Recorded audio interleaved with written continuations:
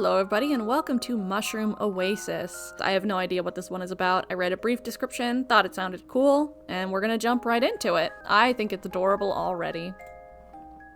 What's your name? My name is Paige. What's your cat's name? Oh, my cat's name is Blue, but I don't know what kind of game this is. Maybe he's gonna die like my poor little Eggie. And your cat is? Male. Blue has been- Gosh darn it! Blue has been missing for a while now. Why did I name it Blue? Now it's gonna die. He was an indoor cat, but had the tenacity of a wild cat on a mission, trying to leave whenever the door is open. That's true, he does try to leave constantly. Catios and playtime just wasn't enough for that little mister. I figured he'd come running if I left out some food by the porch. 3 days later, still no cat. I've tried everything I could think of. Asking around the neighborhood, putting up missing cat posters. Sadly, nothing came from my efforts. I couldn't search for him during the day since I had work keeping me occupied. And there's only so many hours in an evening I could yell around the streets looking for him. There was only one place left I could think of that he might have run off to. The woods by my house, right across the street. I've definitely caught him eyeing the birds and squirrels that ran alongside the perimeters of my front window, his teeth clicking in excitement. I was no outdoorsy person by any means. No, that's true. In fact, the thought of going in there scares me. But I had to find him, or at least try. The first weekend that came around, I packed up some water, Blue's favorite treats, and a compass to be safe. That's not very safe. I don't know how to use one of those things. I haven't used one since I was like 10. I wasn't sure where to even begin looking for him, so I started walking in a straight line, calling out his name every few steps.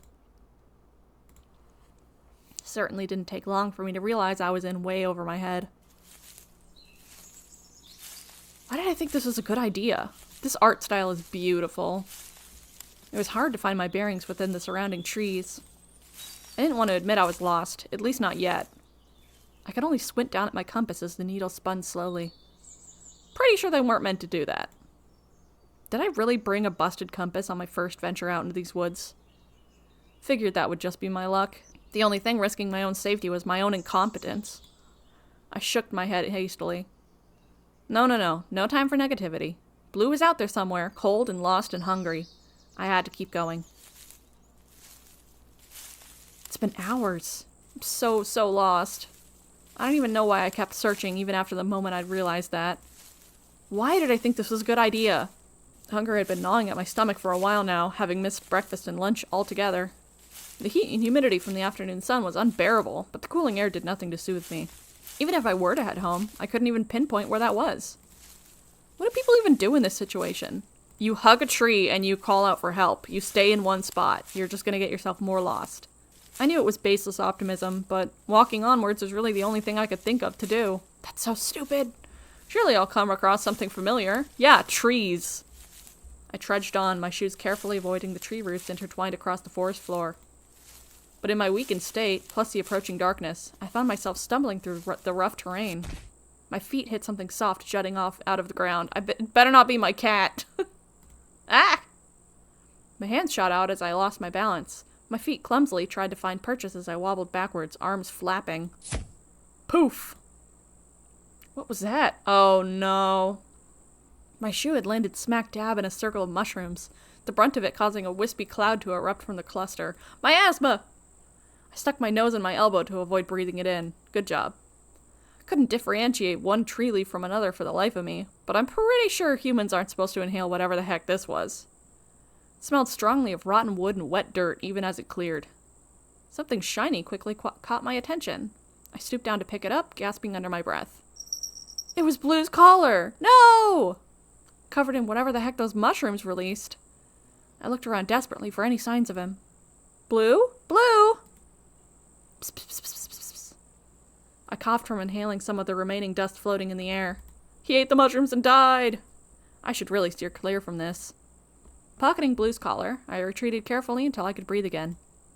Stepping back, I could still smell it. It must have stuck to my hair and clothes.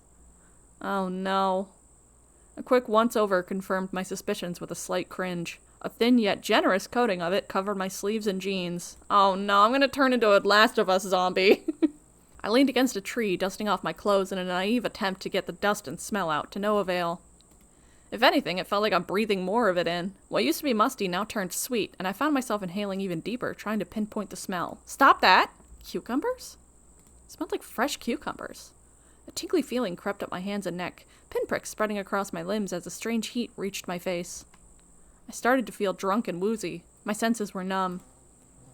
It should freak me out, and yet, a strange comfort washed over me. I should lie down. Right now, in fact. My legs gave out from underneath me, my body toppling over at an awkward angle. I laid there, and stared, and stared, and stared. It was nice here. A peaceful calm. The perfect place for a nap, even. My eyes grew heavy as I swam in and out of consciousness. Yeah, a nap sounds really good right about now. Yay, I'm dead! Finally! Oh? Lots of critters passing through lately. Sorry this happened to you, little one. Could have been anyone, but it had to be you. Wait. A human? How'd you end up all the way out here? Still breathing, too. Aw, jeez. Aw, jeez, Rick. I can't leave you here. What should I do? I woke with a jolt. It was warm, but comfortably so. I could feel the weight of a blanket on me as I tried to sit up. I couldn't. I couldn't move my body. My fingers twitched uselessly at my sides as my eyes darted around in panic. Glancing about, I could see the interior of a cabin, or at least the ceiling of one. Couldn't see much past the corner of my eyes. Where was I? How did I get here? A desperate feeling rose in my chest. I had to leave. Right now. This was wrong, wrong, wrong. I wasn't meant to be here. I could hear the crackling of a fire nearby, likely the source of warmth I had felt on waking up. What is that? I could also hear footsteps approaching. Stay awake. Oh no, it's a, goblin? Goblin? I fluttered my eyelids, straining to look at the person approaching. My eyes widened as I took in their appearance, the protrusions from their forehead catching my attention. Not to mention the green skin. Now, we've all seen Wicked. Don't be racist. The stranger didn't sense my unease as they heaved a sigh of relief. You're awake. That's good. Very, very good. How are you feeling? I blinked. Oh. Sorry, I forgot about that. Here. The person held a cup to my lips, a strong sweet smell coming from the rim. I don't think you should put water down a paralyzed person's throat. You might die. A gentle hand grabbed my chin to open my mouth. Couldn't even move to resist. Don't worry, it'll help you feel better, I promise. As I choke and aspirate and die. Drink up! As the liquid hit my tongue, all I could feel was a vague sense of heat. As I kept drinking, taste and texture returned. The sweetness of berries and chamomile coating my taste buds. I could even detect a hint of mint. I lifted my head finally, hands fisting at my sides as I propped myself up onto my elbows. The person kept a steady hand on my chin, careful not to pour in too much in case I choked. I finished every last drop, wiping my mouth with the back of my hand. I stared at my fingers, realizing I had full autonomy over my body again. Good as new. How are you feeling? Oh my gosh, you're adorable. Better, thank you. The stranger laughed. Ha ha ha ha ha! Oh, I like the way you sound. Thanks, I get that a lot. Been ages since I talked to anyone, much less with a voice as nice as yours. Blush. I brushed off their strange compliment, finally looking around the cabin properly. Is it strange? I mean, maybe. It was a simple room filled with sparse but decorated wooden furniture, fit for someone living alone. This game is so cute. I love the art style, it's beautiful. And I want that sweater. An open archway to the right led to what I assumed was the kitchen. Next to it, a door was closed shut. Possibly a bathroom? Heck yeah, I gotta pee. Taking it in, there was a common theme of knitted decorations strewn about. Any available surface had patterned knitted tablecloths covering it. An unfinished project laid beside the bedside table where I sat, a pair of knitting needles jutting out of a pile of yarn from a small basket. Well, I'm a crocheter myself, but, you know, knitting is pretty cool. As far as I could tell, it looked like the beginnings of a green scarf. The stranger was comfortable in staying silent, observing me as I glanced around. They toss their hat onto the bed, scruffing their hair and making it even messier. They are so cute. Oh my gosh, look it! I just want to squeeze their little cheeks. With their hat off, their unique features were impossible to ignore. Can you stop being rude? Sorry, but what are you? That's mean. Huh? Oh, I didn't introduce myself, did I? Hiya, I'm Michael, with a Y. I shook my head. No, I meant that, Michael stared at me, their left ear twitching. You look very... He snorted. Ugly? Off-putting? No. Oh, he's adorable. Look at his little tongue. Is there a way to, like, put the text away? They're so cute. Oh my gosh. No, just different. Different, huh? You're just being nice. Well, then explain yourself. I'm being so rude right now. I'm being so, like, your name. I hate it. I mean, that's kind of rude, isn't it? Yeah, I'm being a jerk. I paused for a moment before pinching my nose bridge, exhaling slowly. I'm just... Sorry. It's been a long day is all. That's no excuse. I should be thanking you. If it helps, it's a skin condition? Is that what you humans call them? The way they said it didn't sound confident. And the ears? Oh my god, what is wrong with you? You can't just ask people why they're white. Genetics? Right. And I assume the little... I waved vaguely at their horns? Antenna? Those things are just cosplay to complete the look? Would that make a convincing argument? I squinted. Maybe. Then yeah, it's cosplay. Still doesn't explain everything. Michael huffed a nervous laugh. Listen, I'm just a guy living by himself in the woods. You don't need to worry yourself further than that, okay? What's happening? Something in his tone compelled you not to question his existence anymore. Well, yeah! He's just some guy. He's just a little guy. Living in the woods. Completely normal. Right, completely normal. I'm Paige. Michael beamed. Nice to meet you, Paige. I fiddled the blankets as Michael scooted closer from the edge of the bed. I know I already asked, but how are you feeling? Any aches, sores, nausea, intrusive thoughts, weird impulses, fever maybe? I don't think so. He placed his hand on my forehead before I could react. Oh, physical touch? Woo? His hands were calloused, quickly retracting as he gave a thoughtful hum. You seem to be lucid. Thanks. I don't get that a lot. That's a good sign. Great? He hummed absently, his twitching ear reminding me of a perturbed cat. Cat. My cat! Oh, shoot. Sorry if this is out of nowhere, but have you seen a cat around these parts? His name's Blue. He's a sweet little thing. About this big, skittish, but he can approach strangers if he needs to. Yeah, he really is. He's an attention whore. I pulled out my phone to show pictures of him, only to find it missing from my back pocket. Wait, where's... I haven't... Huh? Your cat. I haven't seen it. Oh, I see. I slumped against the pillows, rubbing at my temples. He lost his collar, too. Even if anyone finds him, they wouldn't be able to tell where he's from. Dang it. Michael stayed quiet, watching me from his side of the bed. You came all the way out here for a cat? Huh? Of course. To the point where you're willing to run yourself ragged this deep in the forest? For a cat? Alright, well, I hate you. I love cats. Do you realize how far you wandered away from the nearest town? I found you near unconscious, in an area nobody set foot in for years. For a cat. He sounded like he was holding himself back from giving me a stern lecture, as if in disbelief I had such little regard for my own survival. My cheeks grew heated at how stupid reckless that sounds. I mean, he's not just a cat, he's my family. I know it was stupid for even trying, but I had to. Michael eased up, shoulders tense as he looked me over from underneath his unruly bangs. Family, huh? I haven't heard that name in years. He finally tipped his head at me with a smile. You're willing to wander this far for such a small critter? I've met my fair share of lost campers, hunters, and a few runaway teens or two. But someone looking for their pet? You're kind of weird, aren't you? Yeah, it's the autism. Thanks, though.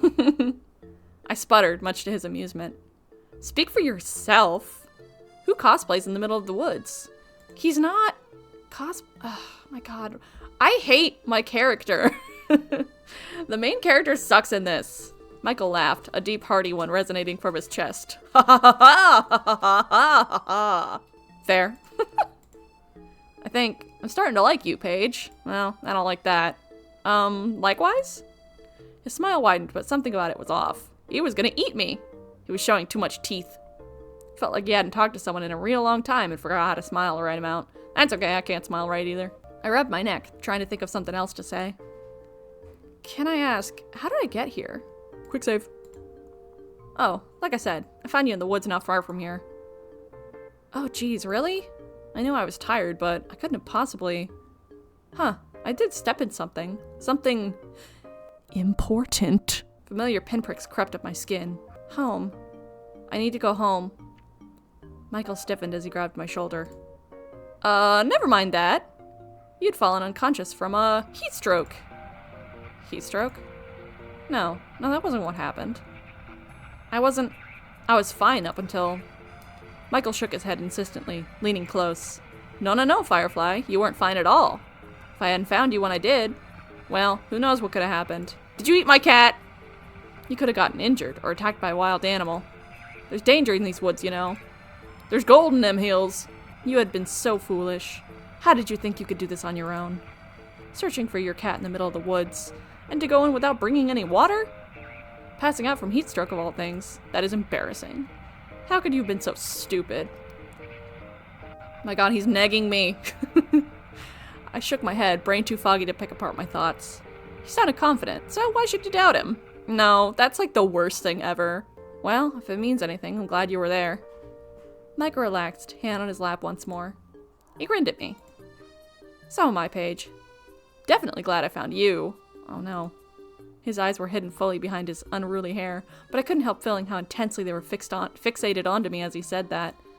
The hairs on the back of my neck stood. Sure. Without a distraction, I've only just realized how uncomfortable I was sitting still. The blanket on me was starting to itch. Itch-I-O? Just as the desperate need to get home began to rise in me again. This was interesting, but I should really get going now. Wait!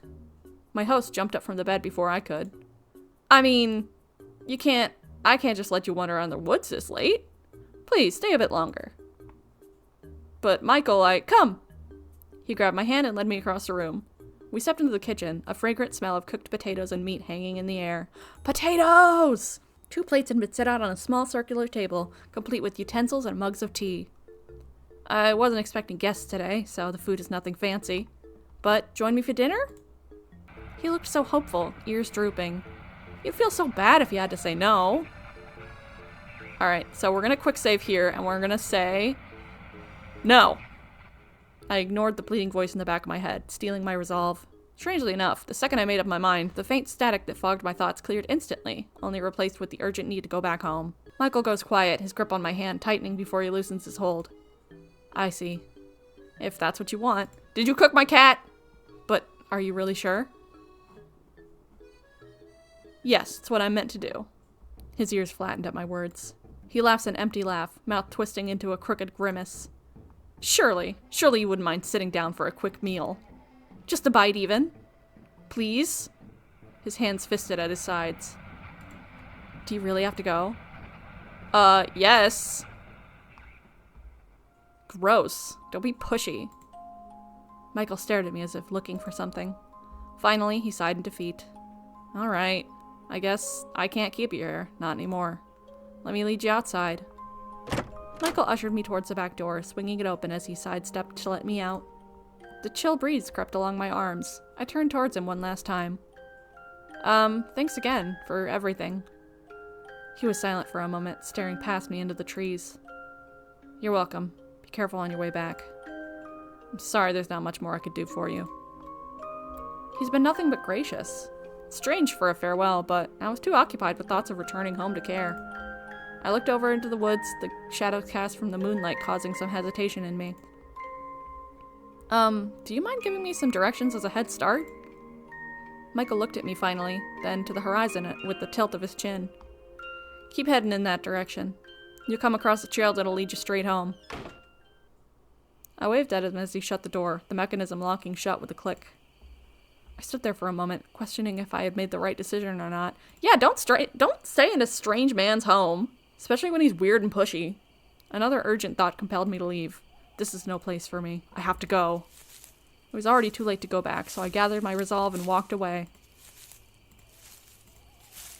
I walked and walked. Trees blended into one another after a while. I should have been afraid or concerned, but it felt right. The darkness that surrounded me was too comforting for me to feel in danger. I steered away from the direction Michael showed me ages ago, my feet willingly carrying my body to someplace specific. Someplace special. A final destination. Oh, here. The patch of mushrooms I had stepped in earlier. I was meant to be here. I've always meant to be here. No. I lay down in the cold, wet dirt. Why am I dying? And closed my eyes. Come on. What? No. Why would I die? There's not much I could do if the forest had staked its claim on you, Firefly. I wish I'd found you sooner. Sleep well, Paige. Ending 1, peaceful slumber. Nice! Alright, let's try to get a different ending. Okay, so we're going to say yes. Michael's jaw dropped for a second before he quickly recovered. Yes, of course. Here, come sit. I'll serve up a cottage pie in a minute. I sat as instructed, my stomach rumbling something fierce as the smell was the only thing I could focus on. Yes, this is definitely the right choice. What was so important that you had to leave so soon? The outside world can wait. You could stay here and enjoy my company. Oh. Actually, I should ask, are you okay with meat for dinner? I can make something else for you if that's not your preference. You know what? I'm just gonna be nice. I'll eat meat. Oh, okay. You'll be having the same dinner as me then. Michael pattered about the small kitchen with an almost giddy excitement. He put on a pair of knitted oven mitts, humming as he stooped down and pulled out a steaming tray of pie from the wood stove. I would advise against that. Knitting oven mitts can be extremely unsafe. The smell! It filled out the kitchen in an instant as he brought it to the table, my stomach rumbling louder in response. I'm pretty sure Michael could hear it, but he just smiled as he served up our portions. He discreetly cut me a bigger piece, which I was grateful for. It looked so good. It does. Ugh, I gotta get into food art. I never draw food. The crust was a nice golden color, streaked with crisp lines and garnish. The meat and veggie filling looked absolutely delectable, a savory sauce leaking onto the plate. My mouth was watering, unsurprising considering the fact I haven't eaten all day. Careful now, it's still hot. It was fair advice, but I didn't wait more than 2 blows before biting into my first forkful. Ah! It was definitely way too hot to eat straight from the oven. Michael kept a polite expression, the corner of his mouth lifting as I panted with the piece still in my mouth. He gave me a few seconds to recover, elbow planted on the table. Is it good? I nodded vigorously, even though my buds were burning. My buds are burning! I couldn't taste anything. He laughed. It's usually better on the second bite. I slowed down, hand on my mouth as Michael poked his fork into his own slice. I tentatively blew on the pie to make sure it was cool before taking another bite. He was right. Second bite was a lot better. The seasoned potato crust was nice and crisp on top, cheesy and creamy in the middle. The savory meat filling was well cooked and bursting with flavor. Every bite felt like home. My host watched me enjoy the meal from across the table. Do you like it? You literally already asked that. Yeah, it tastes amazing, Michael. He flushed from the compliment, rubbing the back of his neck. Stop blushing at me, you're making me extremely uncomfortable. I'm glad. I like to think of myself as a decent cook, but I've never been able to get anyone else's opinion on that. Do you like baking in particular? Not always. I always go for simple dishes, with any ingredients available. I nodded amicably, though I didn't say much else. Where did you get this meat, sir? You don't have a grocery store out here? I was more focused on scarfing down dinner, which thankfully Michael didn't seem to mind. The overall atmosphere was nice and homely, and I could hear Michael tapping his feet from underneath the table. I guess he was that happy to have someone stay for dinner? It did seem like he lived alone, judging from the surroundings in his cabin. So, I'm kinda curious. He perked up instantly, his focus solely on me. What made you want to live all the way out here? Oh, well, when you look like me, it's kinda easier to just live out of sight from everyone else. A pang of guilt shot through my chest. I was giving him a hard time about how he looked, too. Yeah, you're being a jerk. He must have sensed it clear as day on my face. Not that you're one of them. Dude, no, I am, I'm being very mean. Stand up for yourself, please. You've actually been nicer than most. And I'm still being mean, so that's unfortunate. Though I wonder if... His smile turned strained. Never mind. My point is, it's better here than anywhere else. Why don't you try the tea, Firefly? No. He seemed uncomfortable now, easing into a different topic. It's probably best to follow along. Oh, sure. I reached out towards my mug, only to push it off the edge with my clumsy fingers. Wait! I bent over the side to grab it, fully expecting it to just fall out of reach and land onto the floor in broken pieces. It never did. Instead, a long green appendage was twisted around the ceramic mug, keeping it securely in place. Not even a drop had fallen out. Why is the music changing? So what if he has a tail? My tails trailed along the length of it until I pinpointed that it came from behind Michael, the rest of it partially hidden beneath his cardigan. Michael? Why is it so intense? He has a tail. Is that... yours? Yeah? Michael buried his face in his hands, the strange appendage from before lowering to his side, mug in tow. Oh my god, what is wrong with you? Oh my god, you're a freak? Is that your tail? Said the girl to the man with literal mushroom horns.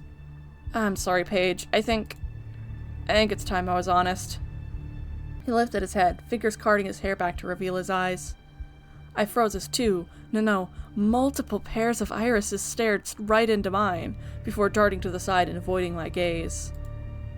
I know it's a lot to take in, but this is who I really am. These are the eyes of a killer, Paige. Please don't be scared. Why would I freak? What on earth? He looks so normal. Like, he's adorable. Look at him. I don't understand. How is this? Oh, I guess you can't see my mouse. How is the eyeballs any different from the big horns? Like, I don't understand. I swallowed audibly, willing myself to not look away. No, I wish I had more control over my main character because she's being a jerk again. He seemed to be holding his breath as I gripped the edge of the table. It felt unsettling every time he blinked those eyes in succession. Those beautiful eyes. Even though he wasn't looking at me. Was it real? It had to be.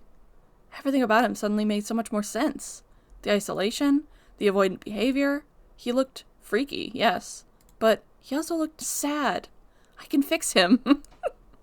I swallowed thickly. I'm not scared. Michael's many pupils blew wide, dilating like an excited wildcat. It sent a shiver up my spine. What is wrong with you? Oh, okay, maybe just a little bit scared. Sorry. He hastily grabbed an empty plate and hid behind it, shoulders scrunched up despite his stature. Would it help if I just hide it?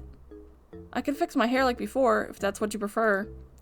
His voice was muffled behind the ceramic barrier between us. It was kind of endearing. I slowly reached out to touch his hand, the slight brush of my fingertips making him jump in place. Michael? Yeah? Can you put that down? He slowly lowered the plate. Look at this poor boy. Why am I torturing him like this? This is so mean. His eyes were still darted to the side, avoiding me. Can you look at me? Don't look at me like that. Sorry, I just can't stop looking. This is so awkward. Yeah, because you're making it awkward. His hands were shaking. I looked down at the mug still floating next to him, hanging on for dear life. I reached over and plucked it straight out of his grasp. I tentatively took a sip, noticing how Michael was watching me over the rim of the mug. The taste was mildly spicy, with an almost earthy bite to it. I recognized it instantly as Dr. Pepper. I mean, ginger tea. It's almost room temperature, but it's still pretty good. Huh? You wanted me to try the tea, right? I like it, so thank you. Oh, I'm glad. Michael relaxed back into his seat, following my lead as I picked up my fork once more. The silence didn't last long as Michael fidgeted. Are you really okay with this? With me? I gave him a once-over, really taking in his features. It's very different than what I'm used to, but I think I can learn to like it. Is that weird to say? Yeah, it's super weird. What's wrong with you? I mean, you're not bad to look at. It's actually kind of, Dang it, what do I say? Cool. I'm not telling him he's hot. Dang it. Oh, I should have quick saved for that one. Anyway, it's like something out of science fiction. Is that a good thing? Yeah. Oh. My point is, your appearance shouldn't matter. You've been nothing but kind to me so far. I'd be the worst kind of person to judge someone based on how they look. And you kind of are because you've kind of been doing that the whole time, but whatever. I haven't known you that long, but you seem like a good person. Who might kill me later, but that's fine, because at least you're nice about it. You're fine, Michael. I smiled at him. We're fine. What about us, though? Where does this leave us? What does this make us? What are we? I see. He fidgeted some before nodding, smiling a bit. Thanks, Paige. I'll cherish this moment forever. He beamed at me as he enthusiastically went back to eating his food. That was something. We continued with a bit of small talk, mostly stories about Blue or snippets from my personal life. Michael hung on to every word I said, not bothering to elaborate much about himself despite my burning curiosity. I could tell he was extremely insecure about his appearance, so it's probably best I keep my questions to myself for tonight. We cleared up the kitchen in relative silence, Michael storing away the rest of the pie as I washed the dishes by the sink. Being out here in this remote cabin, I wondered how he had running water. Maybe I'll ask him later. So, thanks for dinner. Thanks for the company. Oh, and please take the bed tonight. But, you're my guest and I'm the host. Take the bed, okay? Alright, I'll be out of your hair first thing in the morning. Michael got quiet, staring at the floorboards. With his hair out of the way, I could finally read his expressions. He did seem upset? Is that okay? I do need your help, though. Pretty sure I'm just gonna get lost again on my own. His tail flicked behind him. Yeah, I'll bring you home tomorrow morning. I heaved a sigh of relief. Thanks, Michael. I'll see you in the morning. Yeah. Good night, Paige. Good night, Michael. He seemed really happy to be able to say that. I plopped myself down onto Michael's bed, getting comfy beneath the blanket. There were no red flags here. Definitely gonna fall asleep and everything's gonna be fine. Michael was gathering some blankets of his own to make a makeshift bed on the floor in front of the fire. But this was The Sims, so he accidentally started himself on fire, and no one could put him out because they were all screaming instead. He had an impressive collection of knitted items, a comfortable nest forming in the center of the room. My eyes trailed after his tail, now out in the open as it flicked and swayed. Kinda like a cat. I miss Blue. Now with a full stomach, dozing off came easy. I didn't even realize how tired I was. I listened to the gentle cracking of the fire, my vision darkening. The tea was poisoned. This was my last breath. Good night, Paige. Okay, well, that's... Alright. A soft humming invaded my dreams, stirring me awake. It was Michael, playing housewife. Male wife, even. I blinked my eyes open to unfamiliar surroundings, swaddled in a blanket that clearly wasn't mine. Where? Oh. I spotted the familiar figure of my host seated on the stool in front of the fire, hands deftly working on the green scarf bundled in his lap. You better give me that dang scarf, I want it. His back was towards me, but I caught glimpses of his fingers as the needles softly clicked between the yarn. He looked incredibly adept at using them, the rhythmic movements almost hypnotic as the fibers wound together into an intricate pattern. I slowly stirred into a sitting position, rubbing at my eyes. The movement quickly caught his attention, ear flicking in my direction before his eyes trained onto mine. I know I've said this in literally every single itch.io video, but the art is so good. It's so good. I love it so much. Just like last night, his pupils blew up as we made eye contact. Pew! His expression lit up the instant he saw me. Paige, hey, I'm glad you're finally awake. You looked so tired, I didn't want to disturb you until you'd gotten enough rest. Good morning, Michael. Good morning, Paige. Did you sleep well? Gurg. I don't think that's a word. Gurg. I was still too groggy to answer his question, a yawn slipping out as I stretched. He smiled kindly, a soft chuckle under his breath. Like a baby, then? He pointed over his shoulder to the door beside the fireplace, tilting his head towards it. You can freshen up in the bathroom if you'd like, while I start on making us some food. I'd have eaten breakfast by now, but I'd want you to join me while the food is still hot. How do eggs and toast sound? Sound delicious. Great, I'll see you in the kitchen then. He tucked away his knitting materials and set it aside. Oh, I also have a surprise for you after breakfast. It's not the most exciting surprise, but, just join me when you're ready. He ducked into the kitchen without another glance. I could hear his boots thud about the floorboards, cabinets opening and closing in succession in the kitchen. Why are you wearing your boots inside? Gross! I suppose that's my cue. Run out the door! I rolled out of bed, leaving the warmth of Michael's blankets and trotting over to the door Michael pointed out. Stepping inside, I didn't know what I was expecting when he said he had a bathroom, but it was surprisingly spacious. Everything looked like it was carved and polished out of wood. He seemed to have everything you'd find in a modern bathroom. A sink with a cabinet, a shower and a tub, and even a toilet. Curious, I crept over to the toilet in particular, inspecting it. Weirdo. There wasn't a tank like you'd expect where the water would be stored. Instead, there was a compartment to the side full of sawdust and a scoop. I expected it to have at least a bit of a smell, but it was surprisingly odorless. There was even a roll of toilet paper on the side. There was no flushing system, but it was hygienic. Michael must have done his research. Walking over to the sink, I stared at the faucet before hesitantly twisting it.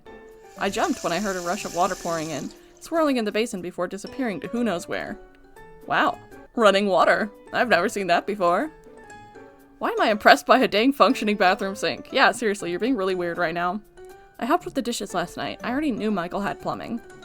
Shaking my head, I finished freshening up and headed to the kitchen. This is so stupid. It's giving like, oh my god, he's, like, not a savage beast? That's so weird that he has, like, plumbing and, like, is a normal person. Like, okay. Michael looked up as I entered, a steaming kettle in his hand with 2 empty mugs on the counter. It might have been the lighting, but he was taller than I remembered. Glancing to the table, I could see he already finished plating up our food. Oh, wow. You work fast. Michael looked proud of himself. Thanks. The eggs are super undercooked. Can't have my guests stay on an empty stomach. Go on, have a seat. I'll join you in a moment. I returned his smile and sat down, stomach grumbling as I looked at our plates. Once again, Michael was generous with the serving sizes. Oh, it looks so tasty!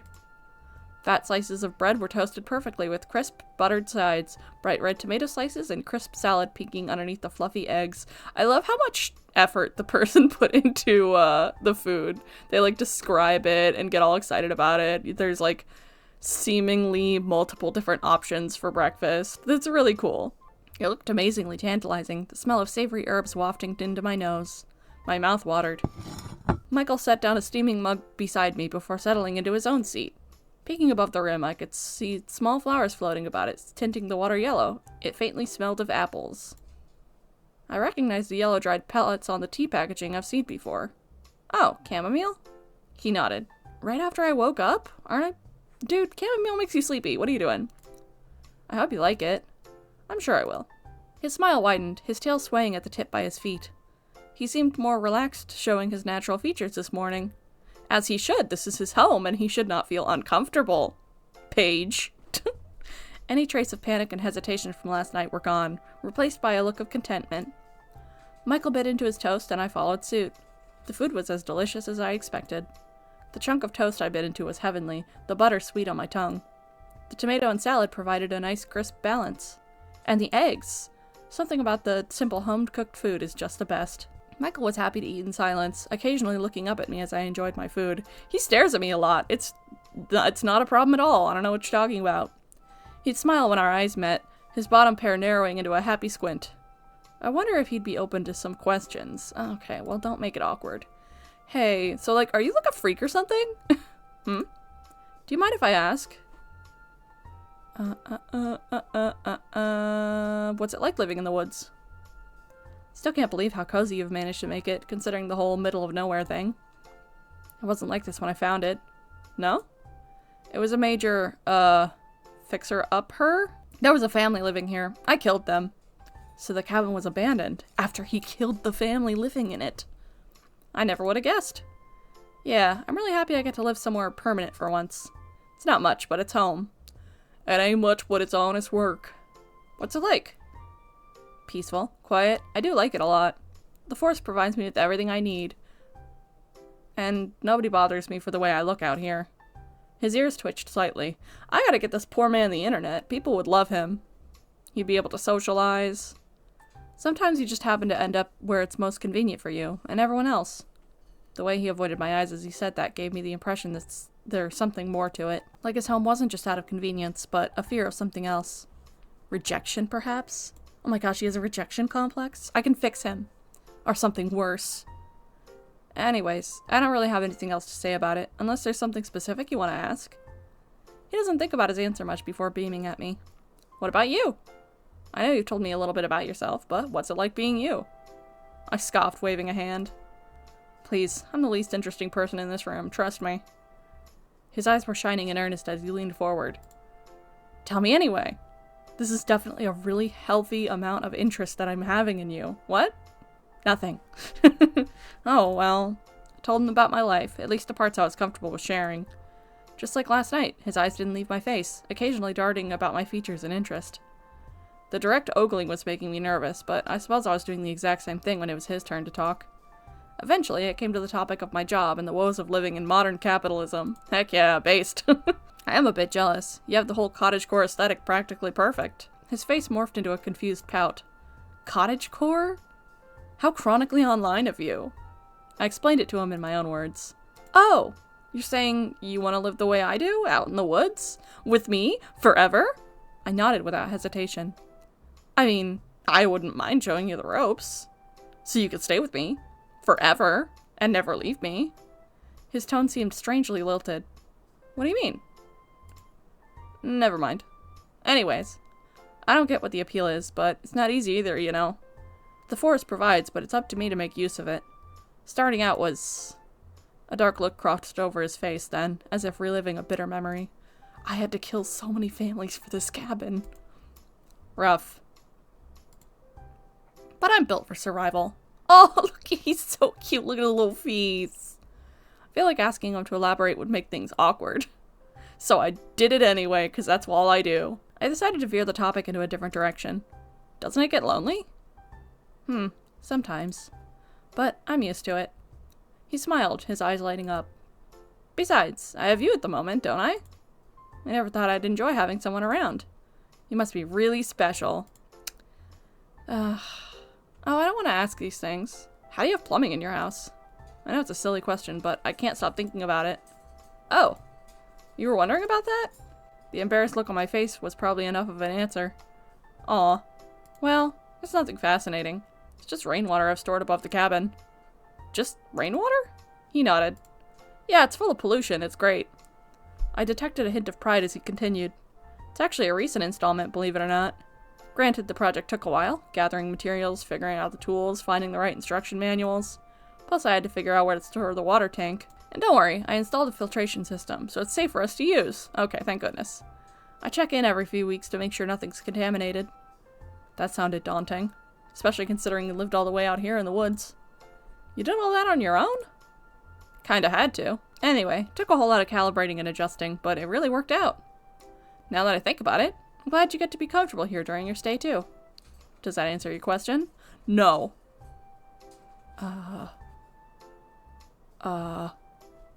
Quick save. Where'd you learn how to do all that? I had to figure out a lot of things on my own. There was a faint hint of exhaustion in his eyes. But to answer your question, I go to libraries a lot. It's where I learned about the majority of things. How do you go to the... Alright. The fact that he even ventured into buildings at all already surprised me. And if I'm real lucky, they have these neat DIYs and workshop manuals archived for anyone to browse through. Took a while to figure everything out. A really long time, actually. But hey, I have nothing but time. And it paid off. I'm considering upgrading the toilet next. But for now, the composting setup works fine. Learned about that in an old camping guide. He paused to take a breath, as if he hadn't talked this much for a while. I'm rambling, but that's how I did it. Is there anything else you want to ask? No, I'm good. I'm prying too much. How'd you learn to cook? Cottage pie is a pretty complicated recipe. I just wonder if anyone taught you how to cook. I'd be lucky if someone could teach me how to make boiled eggs, Firefly, but it was trial and error mostly. My earlier endeavors were, pretty much inedible. I picked up a thing or two about cooking though, so your taste buds aren't going to fall victim to any nasty creations like in my early days at least. Speaking of, did you enjoy your dinner last night? No, I hated it. Of course I did. You're a really good cook, Michael. I'm glad. Probably wasn't obvious, but I'm really happy I got to cook for you. No, it's pretty obvious. I don't get guests here often, in case you couldn't tell. I should ask you to cook for me every day, then. Why would you say that? Why would you say that? You're just Alright, it's fine. He grinned at my joke, looking pleased. I'd be happy to. You should stay here. Forever. I chuckled as I took another bite. So, what's your favorite thing to cook? He lit up at the question. Fried mushrooms. I mean people. I mean fried mushrooms. Fried mushrooms? Yeah. There's plenty to find and it's easy to make. Huh. I do remember finding a patch of mushrooms yesterday. They smelled pretty funky though. You remember that? Huh? What was that? Nothing. Anyway, mushrooms were the only thing I had for a while, before figuring out I could eat other stuff like roots and veggies. Are you a living mushroom? Do you forage all your ingredients? Is that cannibalism? Mostly. The times I figured out how to catch fish and hunt game were the best of my life, I'll tell you that. I'll tell you what. My first taste of meat? He did an awkward version of a chef's kiss, as if mimicking something he saw on television once. Mamma mia. Yep. Alright. Was he trying to say Mamma Mia? He continued before I could even dwell on it for a second longer. But nothing beats what you humans are able to make. You guys go nuts with ingredients. Rice was a challenge. It's a precious ingredient since I had to actually get some from a store. But once I figured out how to make it nice and fluffy, I consider it a special treat. I did a double take. You go to the store? Yeah? Where else would I get it? I thought you would grow it yourself or something. He doesn't have a rice paddy, stupid. He laughed as I flushed in embarrassment. It's flattering you think I'm even capable of something that impressive, but no. There's only so much the forest can provide. But what about money? We're talking about human currency, right? Otherwise, how would you even... Do you actually have a job? I mean, you could just steal it. I don't know. A thought occurred to me. Or did you steal it? He almost looked offended. Do you take me for a criminal? I mean... Not that kind of criminal, but maybe a criminal. No! But that would mean, then how... He's like, no, of course I didn't steal it. I stole money from the wallet of an old lady and then I used that to buy the rice. What do you take me for? Michael bit into his toast, his two eyes winking in mischief. I have my ways, Firefly. What's that supposed to mean? Oh my gosh, he's an OnlyFans model. I'm starting to know a lot more about Michael. More than I ever thought I wanted to. He didn't directly say it, but it felt like he was lonelier than he was letting on. I mean, he seems pretty lonely. Not to mention how he managed to make a home for himself, all on his own. I had to wonder if he had anyone at all. Do you have any family around? The mushrooms. Family? His expression turned solemn for a moment before he looked sheepish. Remind me how that works again? I get the concept based on some books I've read. I don't have what you call parents, if that's what you're asking. My mouth dropped open in shock. An orphan? What a disgusting freak you are! Why am I acting like this? No parents? He shrugged and took another bite of toast. Yeah, he probably grew out of the ground. Not that I recall. Then how did you... What's that like? Living with so many people like you in such close proximity. Huh? That's how it works, right? You and other humans living in one house? And you have this, DNA thing that makes you relate to the rest? That's what makes a family, right? Is he talking about DNA? His definition threw me off, but I had to answer somehow. Not just that. Family is...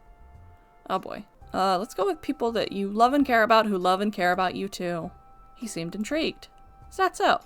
That does sound nice. Is there anyone that you love and care about? Do you have a boyfriend that I have to worry about? Of course I do. I have a family. Heck, I'd even call my cat family. Ah, right. Obviously.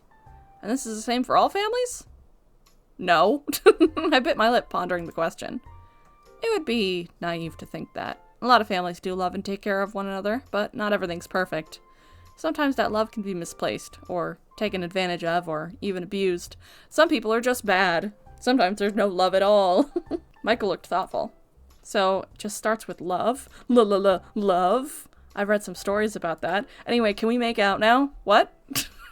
Love, I mean. Those certain feelings just don't make sense to me. At least from a reader's perspective. I guess you'd have to experience it for yourself to understand. He stared at me unblinking for a moment. Yeah, you might be right. I'd never considered that.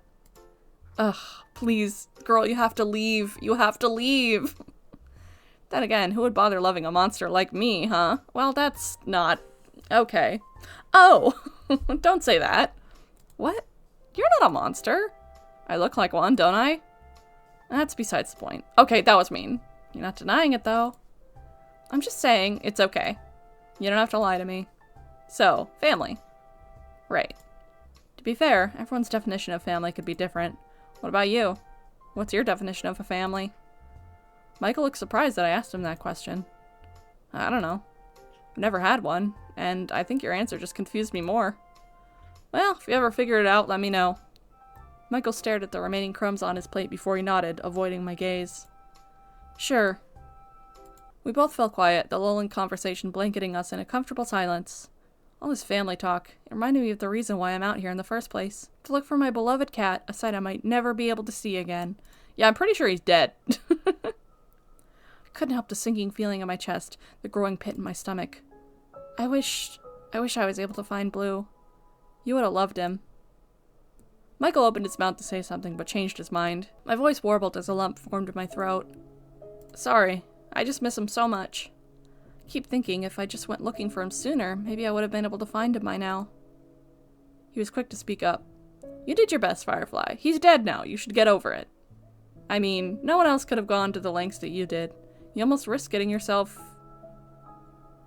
I'm sure wherever he is, he's doing okay. He's not. He's dead. You really think so? No.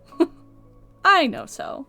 His voice was laced with confident assurance, despite the worried look on his face. I nodded with a quiet sniff. I hope so. He's just important to me is all. Michael looked like he wanted to reach across the table for me, but sighed instead. Actually, I'm sorry, Paige. I should tell you.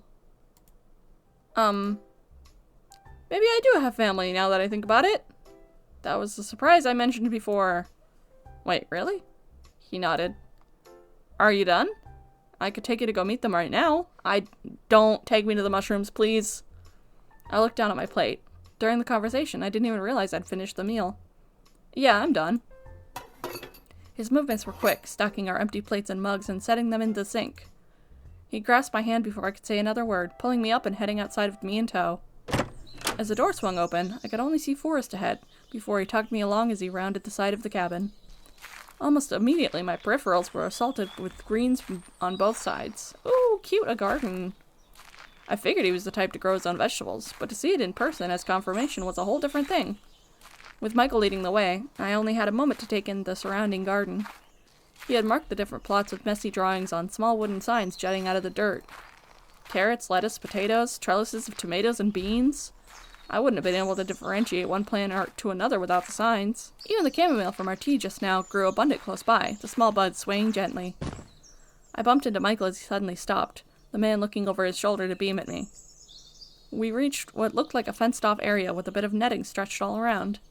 He stepped aside, watching me as my eyes widened. Chickens! Oh my god, I love them so much! 3 fat, happy little hens strutted about like they owned the place. As he entered through the gate, the hens swarmed over in an instant at Michael's feet, circling him and pecking at his boots. Ladies, meet Paige. Paige, these are Mawar, Sunsuyu, and Primrose. Or as I like to call them, Marmar, Sunny, and Rosie. He ducked to pick one up, fluffing up her feathers as he smiled. And this, folks, is why I always marry Shane.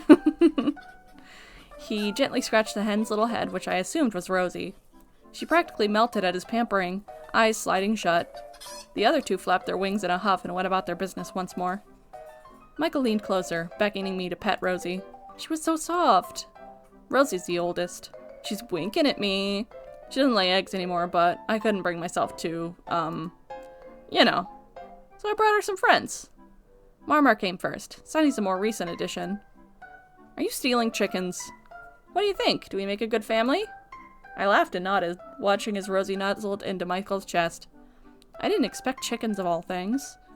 Were you expecting something else? Yeah, killer mushrooms. I was expecting it to be someone else. What the heck is wrong with you? Why would you say that? Oh. Heh, no. When you look like me, people generally don't stick around. Why on earth would... Oh my god, what is wrong with you? You are so mean. Like, listen, I get it. I struggle with socializing. I don't always read the room. Autism, this, that, yada yada yada. Who cares? I am being incredibly rude. I feel like... I feel like this Your Name character is just being mean. Like, there's no way you could be this obtuse. Ugh, why would you say any of this? Like, just keep your mouth shut. Like, that's the thing. If you don't know what to say, just, like, don't say anything. My gosh. It's like she has to say every single mean thing that she can think of. I don't understand this. There's that negative self-talk again, and I'm not helping because I'm being a jerk. You don't even look that bad. His eyes flicked to mine, a look of pleasant surprise crossing his face. You really think so? You think I'm handsome? Yeah? You can't be that naive, Firefly. I mean it. He let out a polite scoff as he scratched Rosie's head absently. You genuinely believe people wouldn't run away at the sight of me? Well, I didn't. His smile turned smug, the corner of his lips lifting just a bit. Of course you didn't. Because you couldn't.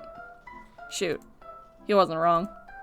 I was pretty much paralyzed in his bed when we first met. But I still don't think you look that bad. Is that so? Describe me then. What? You heard me. Look at me and describe what you see.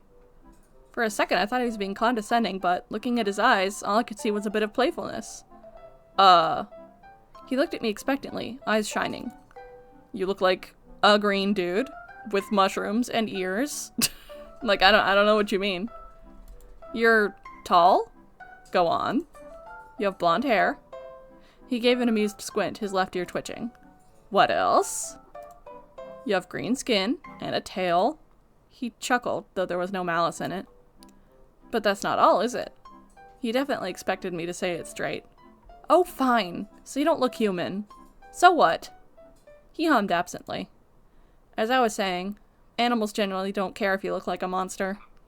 That's why my birds love me, even though I'm hideous. My heart twisted at his words. His passive nonchalance somehow makes it even worse. Michael, you're not a tug at my shoelace caught my attention. A light brown head stood at my feet, her beady eyes shining. I love her so much. God, why am I wearing black Converse? Ugh, this is so your name.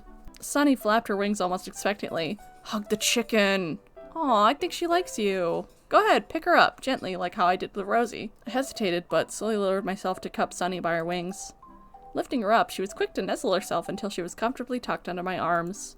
I could feel her wings wiggling as she nuzzled into my side. So cute. Michael's gaze softened as I cooed at the chicken, mimicking her small clucks. So, did it help? Cheering you up, I mean. Oh. So that's what this was. A fuzzy feeling bloomed in my chest as he looked at me, chicken in his arms and concern on his face. Yeah, totally. I'm definitely not sad about my dead cat anymore. Because we're replacing my dead cat with these cute chickens, because my cat's dead. A little bit, yeah. Only a little? I snickered, rolling my eyes. Okay, mister. A lot. That's more like it. His proud grin was infectious. Couldn't help smiling back. We spent a bit more time with the hens, petting them until they were satisfied. Michael even showed me the spot where they like to have their dust baths, little chicken-shaped holes scattered in the dry soil underneath the coop. Once the gals had enough of us, we refilled their water container before leaving. He left them some treats, procuring them straight out of his pockets before shutting the gate. The girls' excited chatter over the food faded as we made our way back inside his cabin. I sat by his bed as he crouched down by the fireplace. From the window, I could see the sun outside was getting higher. It might be close to afternoon now. Hey, Michael. He looked up at me from where he was stoking the fire. I rubbed my arms, unsure where to place my gaze. I think it's a good time for me to go now. My expression fell, but I caught myself quickly. He'd done his best to cheer me up. It'll be inconsiderate towards him to leave in a bad mood. I might have to accept that I'll never see Blue again. I think it's better if I focus on moving on. He was quiet for a moment, hands at his pockets. If you say so. But you don't have to leave just yet. We still got plenty of daylight left, and there's some places I want to show you. Won't you come with me? I had to decide. Oh! Just save that real quick. I promise I'll take you home right after. He took another step towards me. Please, Firefly? Yeah, no, this sucks. Please let me leave. I didn't want to say it, but he looked desperate. Okay, I'll go with you. Darn it, no! The joy on his face was shining bright as a billboard. No. Great, let me get our stuff. He disappeared into the kitchen, returning with my backpack in one hand and a satchel in the other. He passed it to me as we walked towards the front door. I almost forgot I had this. Rifling through my bag, I found cat treats, Blue's collar, a broken compass, and my phone! The battery is dead, though. Still, that's one less thing to worry about. I checked through my bag once more, finding an empty water bottle. I frowned, distinctly remembering I forgot to pack water for my trip. Or at least Michael told me I did. Didn't I? You ready? I looked up at Michael, startling when I spotted a large crossbow in his hands. I don't want to go hunting! He followed my gaze and shrugged, albeit with a nervous smile, like he'd been caught doing something he shouldn't be. He quickly strapped the weapon to his back and out of sight. Don't worry, I'm not going to use it unless necessary. I would hope not. He chuckled at my indignant tone. Think I'm going to let you out into the woods without guaranteeing your safety? I made a promise to get you home, so this is just an extra precaution. You don't think it's a bit much? Better safe than sorry, Firefly. He did have a point. A point on the arrow. Kill me. If anyone knew these woods and the kind of danger it held, it'd be Michael. I glanced over him again, noticing he'd changed his oversized cardigan for something more outdoor appropriate. His eyes tracked mine, his shoulders stiffening as a tint spread across his face. So, shall we? Why are you... I just looked at your jacket. Why are you blushing? What the heck? He opened the door and waved me out. I stepped outside to glance around his front yard. The landscape wasn't anything special. It was actually left quite plain, just thick with trees and foliage. Only paths of dirt and flattened grass clued me in the routes Michael would use as he comes and goes, webbing in all directions, trailing to the front door. Come to think of it, anyone passing through would be able to spot Michael's house if they squinted through the trees carefully enough. I guess he was right that nobody's walked through this area in years. Especially not that family he killed. I heard a locked turn before Michael joined me by my side. He smiled wide before tipping his head in a direction, making sure I was behind him before he started walking. I was hesitant, but followed suit. It was quiet as we traveled, save for the sounds of nature calling out around us. The weather was bright and warm, the sun casting pretty rays through the gaps in the trees. I had to admit, enjoyable at it was,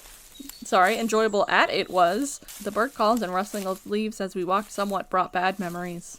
Yesterday was miserable. I was lost, tired, and hungry. There was a chance I wasn't going to make it out alive. I watched Michael's back as he led the way, the man barely paying any mind to his surroundings. His ear would occasionally flick back in my direction, but overall he seemed confident on where to go. Having Michael as my guide home was definitely a great assurance. It made me even more grateful he'd found me when he did. I sighed and shook off the negative feelings, keeping pace while appreciating the fresh air. I stepped up to my companion, willing my voice to speak after plenty of silence. This is actually kind of nice. A good old nature walk. I coughed into my fist, feeling embarrassed. I don't go outside as often as I should. Michael smiled kindly. I'm glad I get to bring you then. Yeah, feels different when you know when you're going. Actually, where are we going? He sensed my nervousness and laughed. Don't worry, we're almost there. I looked up and saw it before he even pointed it out. A clearing in the distance, the trees growing strangely sparse in that area. I held my breath as I noticed the grass slowly started to dot with flowers, delicate blooms swaying here and there in the breeze.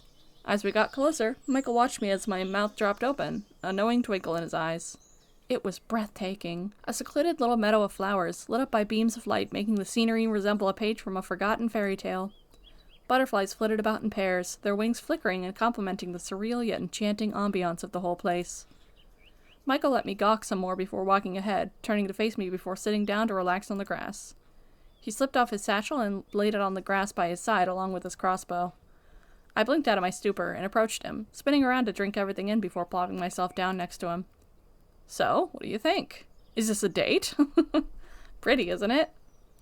I nodded dumbly before finally glancing to face him, the man's gaze on me softening as our eyes met. Now kiss! Butterfly approached us rapidly, making me flinch out of instinct. Don't flinch at a butterfly. It landed on his finger as he held it out, its wings flapping gently. Oh my god, I hate this trope. Can we stop? Look at him. He's so soft and gentle. Even nature loves him. Ooh woo. He smiled at the dainty creature, a fond look in his eyes before he held it out towards me. Do you like butterflies, Paige? Sorry, just pictured him. Here you want a snack?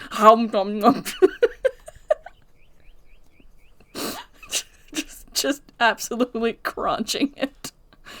Oh my god, I wish he would. I'm scared of them? Why is that an option? I mean, I like moths. Butterflies are kind of, I think they're okay. Michael nodded, rotating his finger to watch the creature flutter its wings. I think they're fascinating. They're, formoses?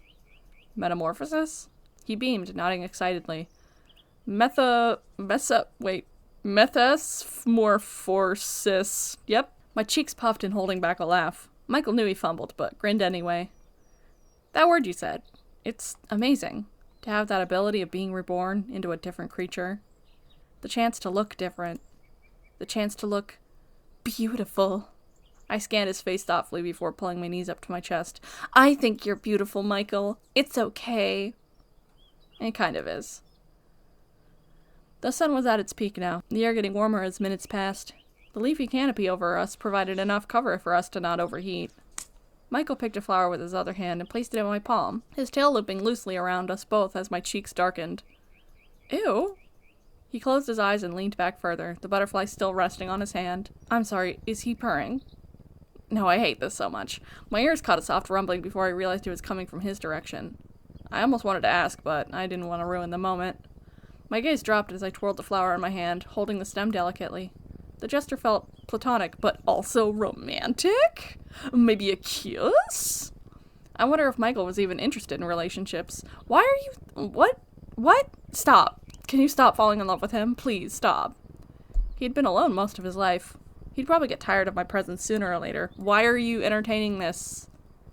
Before I could contemplate further, the butterfly on Michael's finger took off, my gaze trailing after it as it left the sunlight and flew away into the woods. Which reminds me. Michael? Don't get me wrong. This place is stunning, but is it okay if we go now? He straightened from his relaxed slouch. Why? We just got here. I chewed my lip, hesitating. I love it here. I do. But I want to go home, Michael. Michael studied my face. You know, I could always, come back and visit. There is an in-between. I don't have to, live here forever and never go home, or go home and never see him again. He could give me a map or something. Or, he goes into town, he could visit my house. Not that I want him at my house. I don't want him to know where I live. But still, come on. If this wasn't obviously going to take, a horrible turn, and he was just a really nice guy, we could just be friends and visit each other, I don't understand what the whole, oh, if you leave, I'll never see you again. Stop. It's annoying. Michael studied my face. Paige, do you want to leave me that badly? Oh my god, don't start. No. What? No, do not start comforting this stupid man. I need time to recover from losing Blue. I know it's silly and dramatic, but knowing he won't be there when I get home. I trailed off, another shot of guilt and regret filling my chest. I just need to get it done with. Also, I live there, so I would like to go home. I feel a hand rubbing my back. Michael nodded slowly, looking me in the eyes. His smile was gentle. That's okay.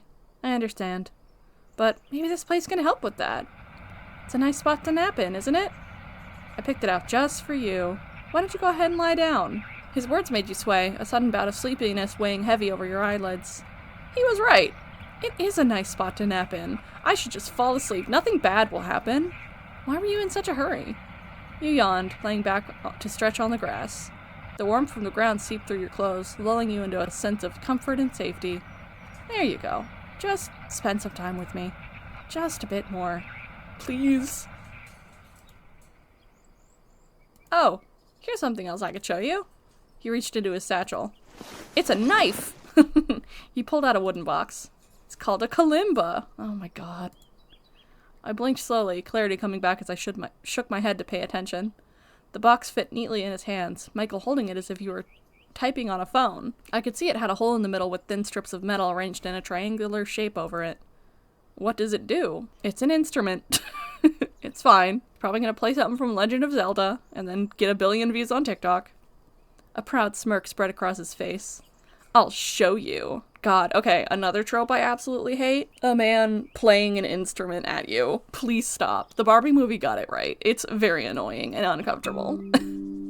He began to pluck at the metallic prongs, a gentle ringing sound resonating with every flick of his thumbs. Well, now I'm getting flashbacks to, Ba Sing Se. I couldn't recognize the song. He might have made it up himself. I closed my eyes, enjoying the tune. Michael gave a soft chuckle as he kept playing. Relax and listen as long as you'd like, Firefly. I hate this. This sucks. Please let me leave. A few minutes passed by with Michael plucking away at the instrument, the two of us sunbathing like two cats on a Sunday afternoon. The cats have to relax on Sunday because they have to go back to work on Monday morning. I must have dozed, as the next thing I knew I felt a nudge on my shoulder. Comfy? Mm-hmm. He's gonna be right next to me. He's right behind me, isn't he? He chuckled low when I refused to open my eyes. I mean, if you'd rather stay. My eyes shot open, my whole body jerking to sit up. Michael glanced at me, kalimba in his lap and half a forget-me-not chain in his hands. What? I shook my head, slapping at my cheeks. I can't believe I fell asleep. I still need to... It's all right. He cut me off. His sigh was heavy. I was hoping... Never mind. He patted my shoulder, though his smile didn't reach his eyes. Thanks for being here with me. Again, if you weren't a freak... Not like, you know, not that he looks like a freak, but he's clearly, like, gonna kill me or something. He seems like the if I can't have you, no one can type. And he does have a crossbow, so it's making me nervous. But, like, we could just visit. My gosh. Maybe we could do this again sometime. Yeah. I could visit if I ever see you again. You're being so dramatic. Let's get you home. He rolled over to his feet and stood up, brushing off dirt and fixing his satchel. You know, I would be more apt to visit you if you weren't being so weird. Come on. We gathered our things and set off into the unknown once more. Well, unknown to me, at least. Michael seemed to have a map of this place ingrained in his brain. You seem a bit sleepy still, so let's freshen up, okay? We walked a bit further away from the clearing, coming across a river. Compared to the rest of the path we walked, the area was shaded considerably with a thick canopy of leaves over us. The flowing water looked inviting as I kneeled down by the bank, Michael idling close by. I dipped my hands in, eager to wash my face. The water was refreshing and cooled my heated skin in the afternoon sun. I pulled my hands back to see Michael peeking over my shoulder into my reflection, smiling with a faraway look on his face. Please stop staring. He startled as our gazes met, irises darting away to look at himself instead. Immediately his expression changed. His ears flattened, a grimace twisting his features as his lips curled back. I'd never seen such contempt in his eyes as I did then, staring at his own visage. He stepped away, retreating underneath the cover of a tree to lean against it with crossed arms. He doesn't notice me watching. I patted my hands dry on my shirt and approached him. You ready? Yeah. I stopped him before he could turn to leave. He looked at me with a questioning look, tipping his head. Put my hands on his shoulders. Michael, you're beautiful. Know that. I hesitated. I wasn't the type to speak my mind directly. Most of the time I'd keep things to myself and let things go by. Really? Because you've been saying every mean thing that comes to your mind. But nobody should look at themselves and have that sort of reaction. Hey, you know you're not, I might as well be frank. You're not a monster, Michael. He looked taken aback. What makes you say that? I saw how you were looking at yourself. How you talk about yourself. None of it is true. I keep telling you, you're more than just your appearance. I don't know what compelled me to do it, but I did it anyway. We kissed! What? I reached for his hand. You're so stupid. I reached for his hands and held them between us. His eyes widened at the contact. All it took was a day with you, and truthfully, I think you're the most amazing person I've ever met. Why would you say that? He made a choked noise. I'm just some old nobody compared to you. That's not... Shut up and listen. Alright, well that's mean. He probably shut his mouth with an audible click of his teeth. From where I stand, you saved my life. You've taken care of me better than I could ever ask for from a stranger. That already proves to me you're not the monster you think you are. You're charming, you're smart, you're sweet. Oh my god, please stop. You're a million more wonderful things, but you are not a monster. I take a second to compose myself, lowering my voice. You may look different, Michael, but guess what? You're beautiful, and I love you. His multiple eyes stared into mine, ears flattening as if fearing the worst. That makes you all the more beautiful to me. I was joking, my god, stop! He's gonna kill you! His breath hitched. I could feel his hand squeezing mine, fingers trembling. My sweaty, sweaty hands. It was like he forgot how to breathe. He was in love. I realized my hands were getting sweaty. Heck yeah, finally, she's just like me for real. I pulled away hastily, scratching at my neck and avoiding his gaze. I could feel the blood rush to my face. I could dunk my whole head in the river and it'd probably let off steam. Sorry, that came out of nowhere. It just didn't feel right if I didn't say anything. I hope you understand. An awkward silence passed between the two of us. Anyways, I caught him mumbling under his breath. I can't let you leave. What? I said, you can't leave. I mean, not without your cat, right? Don't give me the corpse. Please don't show me the cat corpse. I frowned. I've already tried, Michael. Like you said, it was stupid for me to just wander off into the woods as if I'd find him through dumb luck. He paused, his fists clenching. But I haven't. Huh? I haven't tried. I know these woods better than anyone. I can try looking for him, but that means you can't leave yet. Michael, I appreciate the offer, but I don't think I should stick around any longer. I have a job and responsibilities and... You hissed in pain, a sudden migraine overcoming your senses. See, he's hurting you. You felt sick, your stomach wringing itself into knots. Felt like the world was warping around you as your legs wobbled. Your body buckled over as you resisted the urge to vomit. Michael caught you as you slumped gracelessly to the ground, your head resting on his shoulder as he cradled you close. Hey, you don't look so good. Hey there, pal, you don't look so good. Alright, Maxwell. Your vision doubled as he spoke, his speech oozing together words into an indecipherable mess. Are you okay? You need me to carry you home? I'm not yelling. Yes, please. Okay, no problem. Just hang in there. Hang on to me. And maybe give me a little kiss. We'd say, I'm sorry. I'm so sorry. You don't deserve this. If I could just one more day with you, I'd be the happiest man alive. Here we are. Okay, prediction. Actually, this isn't even a prediction. This is what I want to do. Please let me stab him in the neck with the knitting needles. I feel like that would be awesome. Let's get you tucked in. I should give you some clothes. Especially since you'll be staying another night. You're okay with that, aren't you? No. No. No. Oh my god. Ew. Ew. I'm gonna throw up. Someone kill me. I blinked groggily awake to the gentle sounds of a crackling fire. Did he really change my clothes? Oh my god! I'm gonna kill myself. The itchy texture of the worn bedsheets, the weight of a heavy knit blanket. I could recall once or twice having felt these very sensations to the point I'd consider them familiar and comforting. Okay, but like he could have waited for me to wake up and then given me a change of clothes and been like, hey, anyway, you can return them to me, you know? Ha ha ha. Like when you go home. Just, like, wash them and bring them back. Oh my god, I hate this so much. And yet? Okay. Nothing could prepare me for the bright yellow eyes peering into mine. I hit him. My knuckles hit him square in the face as Michael yelped, nose scrunching as the taller man stumbled backwards into a stool. He landed on his rear with the grace of a clumsy toddler on the floor. Good, he deserved that one. I sat up in a panic and immediately grimaced, landing back on the bed with an unceremonious flop. It hit me in one fell swoop, how my whole body was aching. I mean, how's that different from normal? Every single one of my limbs felt like they'd gone through a wringer and come out the other side all crinkled and wrong. Again, how is that any different than normal?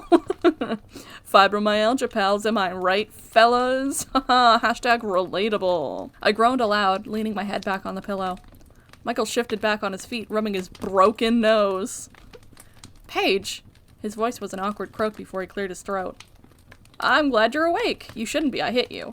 How are you feeling? Terrible. He visibly flinched. I'm sorry to hear that. He stepped closer to the bed, leaning over warily in case my hand dramatically whips out again in self-defense. With my hand settled in my lap, he deemed it safe enough to sit beside me. What happened, Michael? I definitely didn't hurt you. What are you talking about? What? That's crazy. You don't remember? I'm gonna gaslight you now. I shook my head, wincing a bit as my head pounded. Not at all. Michael hesitated. You, tripped. And hit your head. I had to carry you home. His words almost slurred together as he fidgeted. My head? I slowly lifted my hand to feel for bumps and bruises, but he hastily snatched my wrist. Don't worry about that. Here, have this. It'll help. Michael gave me a familiar-looking drink as he quickly pressed a cup into my hands, sitting up with some effort to take a sip. I couldn't help the small sense of déjà vu. The amount of times I woke up in his bed dazed and disoriented is almost uncomfortable now. Almost? At least the drink was helping, just like he promised. My body felt lighter as I finished. Michael took the cup from me and set it aside before wringing his hands together with a nervousness I hadn't seen in a while. So, I'm sorry this happened. I didn't mean for you to get hurt. No, you did, but that's fine. Whatever. I sighed and waved aside his worry with an embarrassed grumble. Wouldn't be the first time I tripped if you could believe it. It's not your fault. He gave a soft chuckle, but it sounded guilty. I suppose you're right. It's just... His face looked like he had a million thoughts running through his head. I promised, didn't I? I said I was gonna look out for you. I said I was gonna keep you safe. And then I tried to kill you. Instead, I made you hurt. His voice cracked. And now I have to comfort you. Oh my god. I'm so sorry, Paige. Stop your whining. The sudden change in demeanor was startling, to say at least. You couldn't have predicted it was gonna happen. The main character's so stupid. And I'm fine, see? Oh, Firefly. I guess you're right. It's okay, I'm gonna hit you again. His expression carried a lingering doubt, but he quickly masked it with a small smile, his eyes dim. In that case, you'll be staying? The way you said it sounded almost like a decision that's already been made. Or a plea. What do you mean? His eyes darted aside. You agreed to let me find Blue, remember? Did I say that? Yeah. So, you'll be staying a while longer, right? He didn't even let me get a word in. In fact, a feeling of uncertainty washed over me, as if we'd had this conversation before. I don't think I should. Besides, what's the rush? It's already late and you're in no condition to travel anyway. I blinked before glancing out the window. Pitch black darkness greeted me as I realized he was right. Yet another uncanny feeling spread through my chest, shivers crawling down my spine. Are you finally getting that this is weird? I don't know why, but... I don't know why? Oh my god. But something about this whole situation felt wrong. God, you're obtuse. I feel like I'm forgetting something else. Michael had a nervous look on his face. Maybe you hit your head harder than you thought. His words didn't sound confident. You have to be confident when you gaslight women, Michael. My gosh, don't you know this? How long was I out? Couple hours, I think. You, really took a hit. It was that bad? My brows creased as I tried to recall today's events. But I don't remember tripping. There was a river. I remember you. And then... Your memory must be fuzzy, and for good reason. After all, it's been a rough few days. My stomach rumbled suddenly, echoing in the quiet room. We're gonna get another dinner scene. Oh my god, please, just let me stab this man and leave. There was a heavy silence right after. Michael was polite enough to hide his chuckle under a palm as I flushed. He seemed relieved. Well, lucky for you, I've got dinner on the way. It should be ready soon. You're okay with soup, right? Soup. The soup store. My clothes. Soup. No, sorry. Soup sounds alright. There's just more soup! My stomach growled once more, the pain of an empty gut making me wince a bit. My host noticed immediately. Oh, maybe we should get you some food sooner than later. You feel okay enough to get up? And I nodded with a grumble, swinging my legs over the side of the bed before noticing something was on my lap. Wait.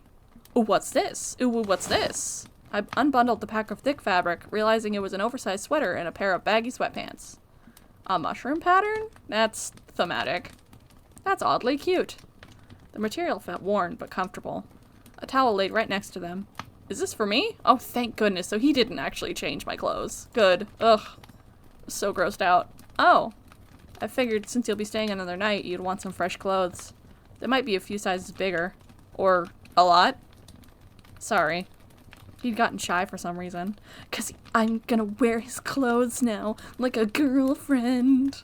Ugh. On the other hand, I didn't have to take a whiff at myself to know that I probably reek. I nodded again, giving him a small but grateful smile. They're fine, Michael. Thank you. Yet another thing I had to owe him. Couldn't help feeling like I'm taking advantage of his kindness now. Yeah. Sure. He's the victim here. So, you know where the bathroom is. Take your time cleaning up. I'll be in the kitchen if you need anything. I'm really happy you're here. Yeah, I noticed. He stood there for a good few seconds, fidgeting with his hands as if he wanted to say more before finally headed to the kitchen. I watched his back retreat before hoisting myself up and headed to the bathroom. Now that I was alone, I had a moment to gather my thoughts. Girl, there's a window, just jump! The nagging feeling was back, a prickling feeling across my skin, raising goosebumps as if to tell me I shouldn't be here. I just couldn't place my finger on what. I should be careful. I just couldn't shake the feeling that Michael was hiding something. He'd been a gracious host so far, but that didn't make him the most trustworthy either. There's definitely something I'm missing. My mind was wandering even as I undressed and stepped under the shower. The icy chill of the water did nothing to distract me from my nerves. If anything, it elevated it. I was a shivering mess by the time I was done cleaning myself with whatever soap he had laying around. Once I dried myself, I inspected his clothes inside and out to see if there's anything off with them. They smelled like wet grass and burnt wood. Ew. Considering his lifestyle, it made sense for his clothes to have that sort of scent stuck to them, I supposed. Putting them on, it just reminded me of how big and tall Michael was, compared to me at least. I fidgeted and fiddled with the sleeves and waistband until I could somewhat move comfortably. There's no mirror in this bathroom, so I had to assume I looked like a walking potato sack. Better than nothing. Heck yeah, I love walking potato sack. It's my favorite wardrobe choice. Gathering my courage, I shook up my hands and straightened myself before exiting towards the kitchen. A savory scent filled my nose. Michael did mention dinner was almost done. As I entered, I saw Michael by the stove, idly stirring something crimson in a pot and humming quietly to himself. It was a vat full of my cat's blood. His content smile widened as he saw me, his ears flicking. I tried not to look uneasy as he looked me up and down. How do they fit? Really poorly, Michael. Do you not have eyes? You have 4 eyes, Michael. Maybe some of them would work. Alright, well, that was a hate crime. I'm sorry. They're alright. Much too big for me. He nodded, turning back to the pot. I can see that. Right. His smile faltered as he picked up the wariness in my tone. Is everything alright? No. His eyes held a sense of worry, his shoulders tensing. I can get you something else to wear if you'd like. There's no need. He paused, hand gripping the ladle tightly as he continued to hesitate. Paige. There's another pause before his brows furrowed. I'm not an idiot. You don't trust me, do you? Why would I? Just save real quick. I flinched. Michael looked hurt as he sighed. So I'm right. His ears flicked by the sides of his head as he turned back towards the stove. Can I just know why? Well, maybe it's 'cause you hurt me. His eyes were sad as he stared at the pot as if he'd been in this situation before. How many women have you killed, Michael? I thought I did everything right. Truthfully, I didn't expect such a direct confrontation. There's a lump in my throat as my fists clenched at my sides. It's just... The kettle started whistling, but he was clearly ignoring it. I swallowed down my growing anxiety and decided to be upfront. I just didn't expect to be here again. It felt like the wrong thing to say when Michael's frown deepened. So, you never wanted to be here. I didn't mean it like that. Then how else could you possibly mean it? Oh my god, you're throwing such a tantrum right now. Another deep sigh slipped out of him as he reached to lift the kettle off the stove, mumbling to himself. I was hoping you'd be different. What was I thinking? What'd you say? Nothing. Michael, His forlorn expression made my words feel thick on my tongue, forcing me to reluctantly swallow them back down. Any trace of suspicion I had faded and was replaced by a feeling of guilt. Are you serious? Did you just let this man gaslight you? Oh my god. I'm sorry. I just thought I'd be home by now. I know. I'm sorry, too. He lifted his gaze towards me, eyes full of regret. But is it really so bad, Paige? I know being lost in the woods with a man you don't know can be scary. But I promise you're safe. I'm not, but okay. The last thing I'd ever want you to be is scared. He trailed off. So just trust me, okay? No. Can you do that? Please? No. Darn it. I swallowed and gave him a nod.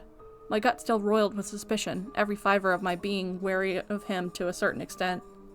He seemed satisfied, though, eager to move on past the tension. Thank you. His mouth quivered at the edges, all 4 of his eyes squinting with the slightest bit of hope. Please, let it be different for once. Why don't you take a seat, Firefly? I'll be right with you. He was already turning his back towards me to start preparing the tea. I slowly approached him. With a knife? Hey. Let me help this time. Michael startled, surprised to see me beside him. Oh, sure. Could you get some bowls ready? We're having tomato soup. Oh, do you want some grilled cheese with yours, or would you prefer garlic bread? Oh, garlic bread! I mean, I would love grilled cheese with my tomato soup, but I can't say no to garlic bread. Got it. I brushed past him, feeling his tail linger by my ankle as I grabbed the bowls. Ew! As I grabbed the bowls and spoons from the bottom shelf. He started preparing the sides, the smell of toasted bread filling the kitchen and mingling with the soups. I took over preparing the tea. I found poison. He had been slowly drugging me.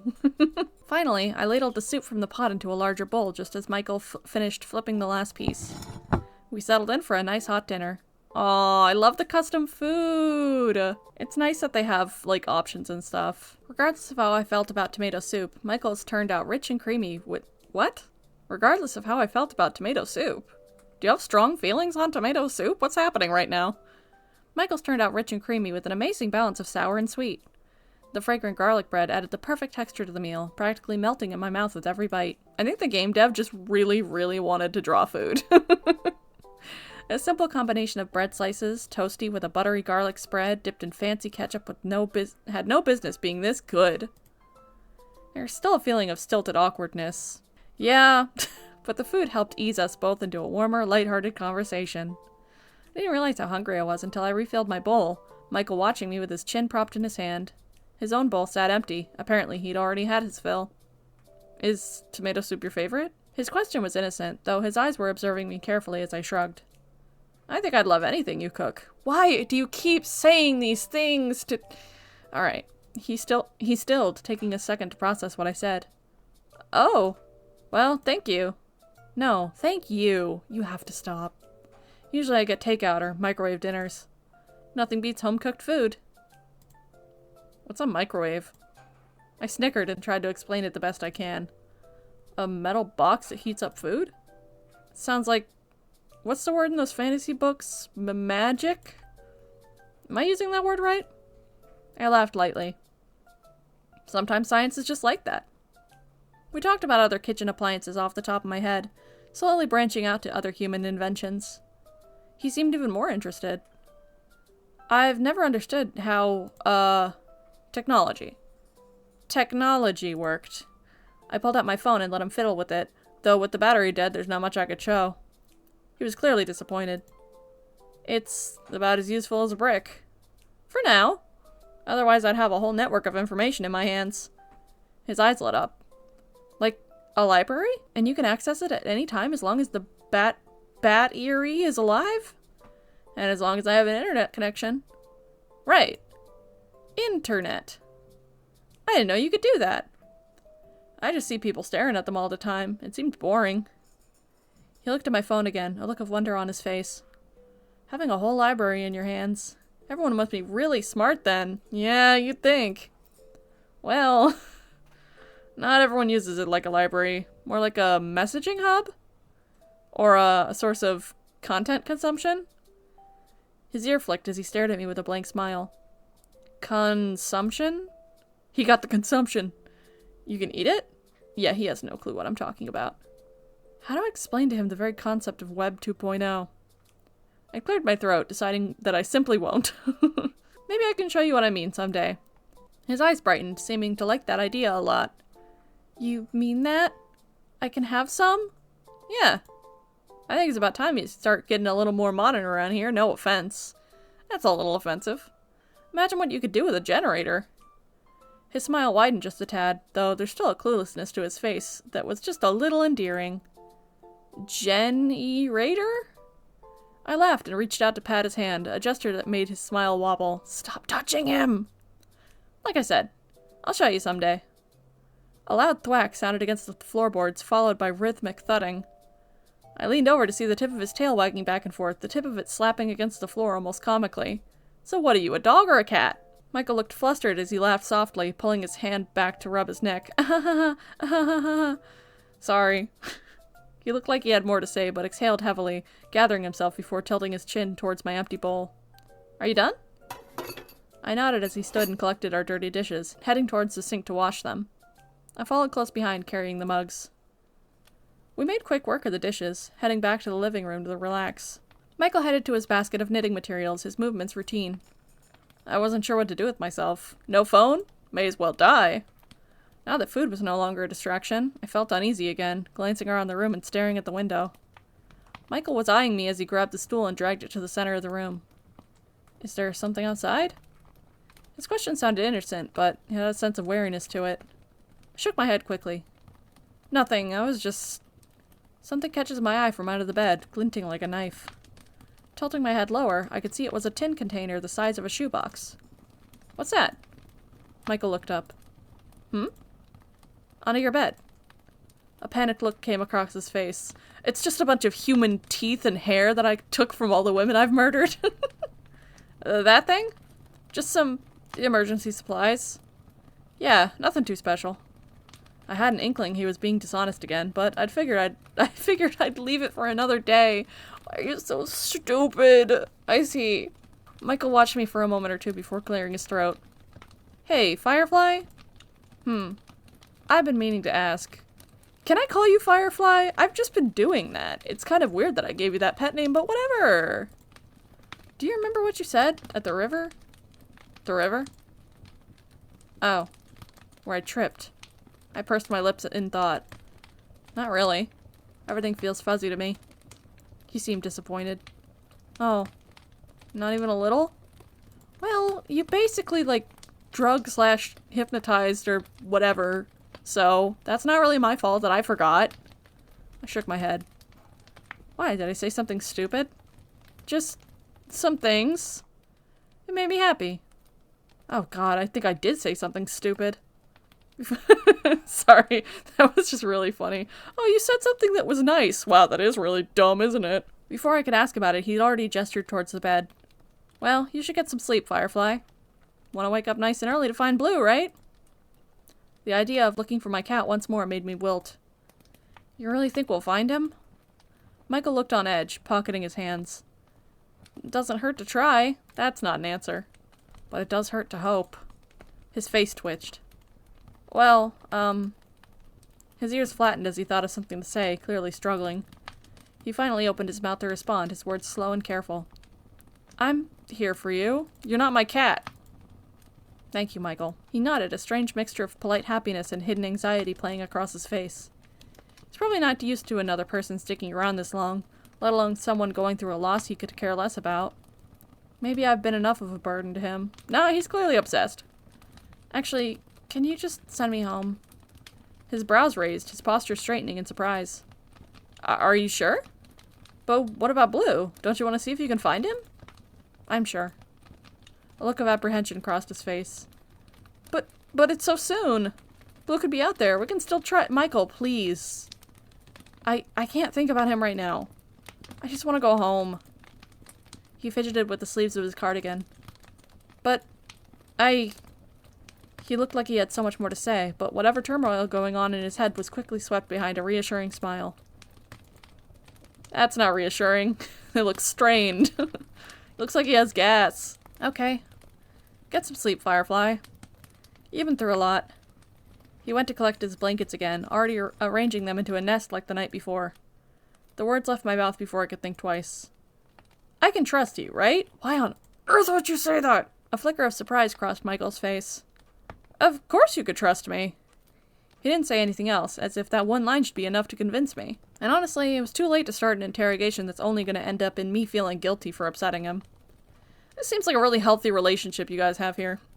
I got under the covers, facing the wall with my back towards him. I could hear him setting up his nest behind me, before finally quieting down with a satisfied hum. Closed my eyes. He's going to be staring at me. He's going to be right there. He's going to be 2 inches from my face. The last thing I heard was the gentle cracking of the fireplace, accompanied by Michael's knitting needles clicking away in the dark. Before I knew it, I could hear birds chirping outside the window. The first thing I noticed was the fire must have been out, considering I couldn't hear the familiar pop and snap that came with the room's ambiance. The second thing I realized was the hand gently shaking my shoulder awake. Wake up, sleepyhead. I don't know how to say it. I know what they're trying to convey, but it's just written really stupid. It's great. I stirred, yawning as I sat up in bed. Michael beamed, hand still on my shoulder. He said, I hobbled you, like that lady from Misery. Wake up! You're chained to the wall, you've got no foot. I will say, though, it's taking a lot longer to get to the violence than I thought it would. There you are. Had a good sleep? What do you mean? I've been here the whole time. Did I move? I mumbled incoherently. His smile widened into a grin as I blinked myself out of my woozy state. If I didn't know any better, he seemed to enjoy waking me up in the morning just to see my disgruntled expressions. That's really worrying. Breakfast is ready. I like seeing you in pain. What? Nothing. Wash up and meet me in the kitchen, all right? Give me a second. Sorry. He took that as my assent, humming in his response. Suddenly, his hand reached up to ruffle my hair, messing up my bedhead further. Hey! He merely laughed at my indignant squawk before reminding me once more to get up, his steps already thudding towards the kitchen. Don't ruffle my hair. My hair is really curly, and I had to wash it with a bar of soap. It's probably disgusting. Recovering after a moment, I stared at the wall and pondered my situation for a second as I made my way to the bathroom. This is the third day since I left my house. I just assume I left, like, my stove on or something, and the whole place is burned down. I'm missing work, missing my cat, and missing my sense of direction. I gotta get back to my life. Yeah, you're totally fired. No call, no show? Today. Quietly reminding myself of my goal, I padded to the bathroom, freshened up, and joined him in the kitchen. Michael was already seated, cutting up. I don't know why I read cutting up some pickles. That's not correct. Michael was already seated, cutting into some pancakes. His smile was bright as I entered the kitchen, his tail flicking closer to my seat as I sat down. A similar stack of mouth-watering pancakes was placed across him, waiting for me to dig in, though I couldn't bring myself to muster up an appetite with so many thoughts filling up my head. He seemed to notice the look on my face, laughing nervously. You look serious. Why so serious? Something on your mind, Firefly? Well, you know, my dead cat. I don't have a job anymore. It's fine. Picked up my fork, twiddling with it. I'm just worried about getting home. Michael faltered as he lifted a piece to his mouth. Oh. You're still thinking about that? Excuse me? He seemed annoyed, which was a first. Of course. I've been gone for 3 days. People probably think I've gone missing. His gaze lowered, almost grumbling. Ah, you stupid man, baby. Is that so bad? What? Yeah, it's bad. Why do you sound like you don't even care? Michael frowned, looking up at me now. Why do you sound like you're desperate to leave? Maybe because you're acting like a freak. What?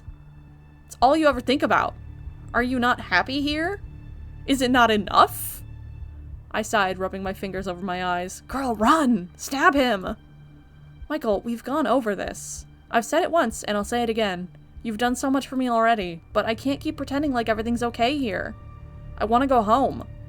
I need to go home. He sucked in a deep breath, grunting something indecipherable under his breath. I only wanted to... He seemed to be battling himself before he finally sighed. I'm sorry. You're right. Of course you're right. His tone seemed genuine, even if the hurt in his eyes was clear as day. I'll send you back today. I narrowed my eyes. I mean it this time, I promise. He held his hand over his chest. I swear on my heart. I don't even know if you have a heart. Quick save. God. I'm gonna be nice. I don't know what to do. I don't know what to do. Because I feel like I should just be nice and he might let me go home. Probably. I don't know. But I feel like if I say don't trust him, it might rush the violence. And I'm kind of wanting to get to the violence. Be polite. Fine. Trust him. I mean, how could I not trust him? That's so stupid. He was my last hope. This is insane. Okay. I paused for a moment before adding quickly. Okay, to be fair though, you should be as non-confrontational as possible to make sure that they don't hurt you, so that does make sense. But this is a video game and I'm not actually in danger and I want to be mean to this guy. I paused for a moment before adding quickly. Thank you. He nodded and went back to eating, watching me expectantly as he took a timid bite. It was a moment before he swallowed and spoke again. Can you promise me something? You're so needy. His voice was quiet and, for lack of a better word, vulnerable. What is it? Promise me... His mouth hung open for a second or two before he laughed. Promise you weren't lying when you said you liked my cooking? I snorted. Are you kidding? Do I look like the kind of person to lie? I'm offended, Michael. He laughed again, light and airy. But if I dared to look closer, I could tell it was fake. He probably didn't want to make our last moments tense and awkward.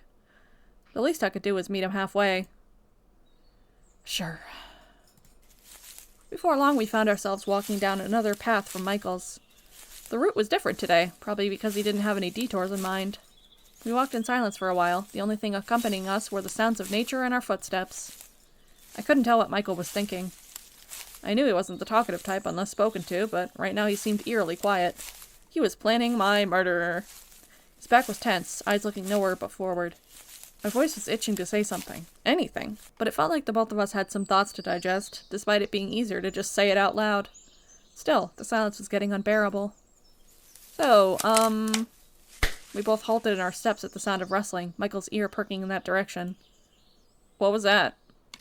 His hands were already raising to hold his crossbow, deftly cocking it with an experienced pull of the string until a loud click was heard. Stay quiet. Stay close. I swallowed, my heart picking up speed. He started stalking low towards the source of the noise, his boots barely making a sound compared to my clumsy footsteps. The rustling continued, sounding like a scuffle was occurring between the bushes. Closer. Closer. Till my ears picked up an unfamiliar high-pitched sound. It sounded like a tiny infant screaming.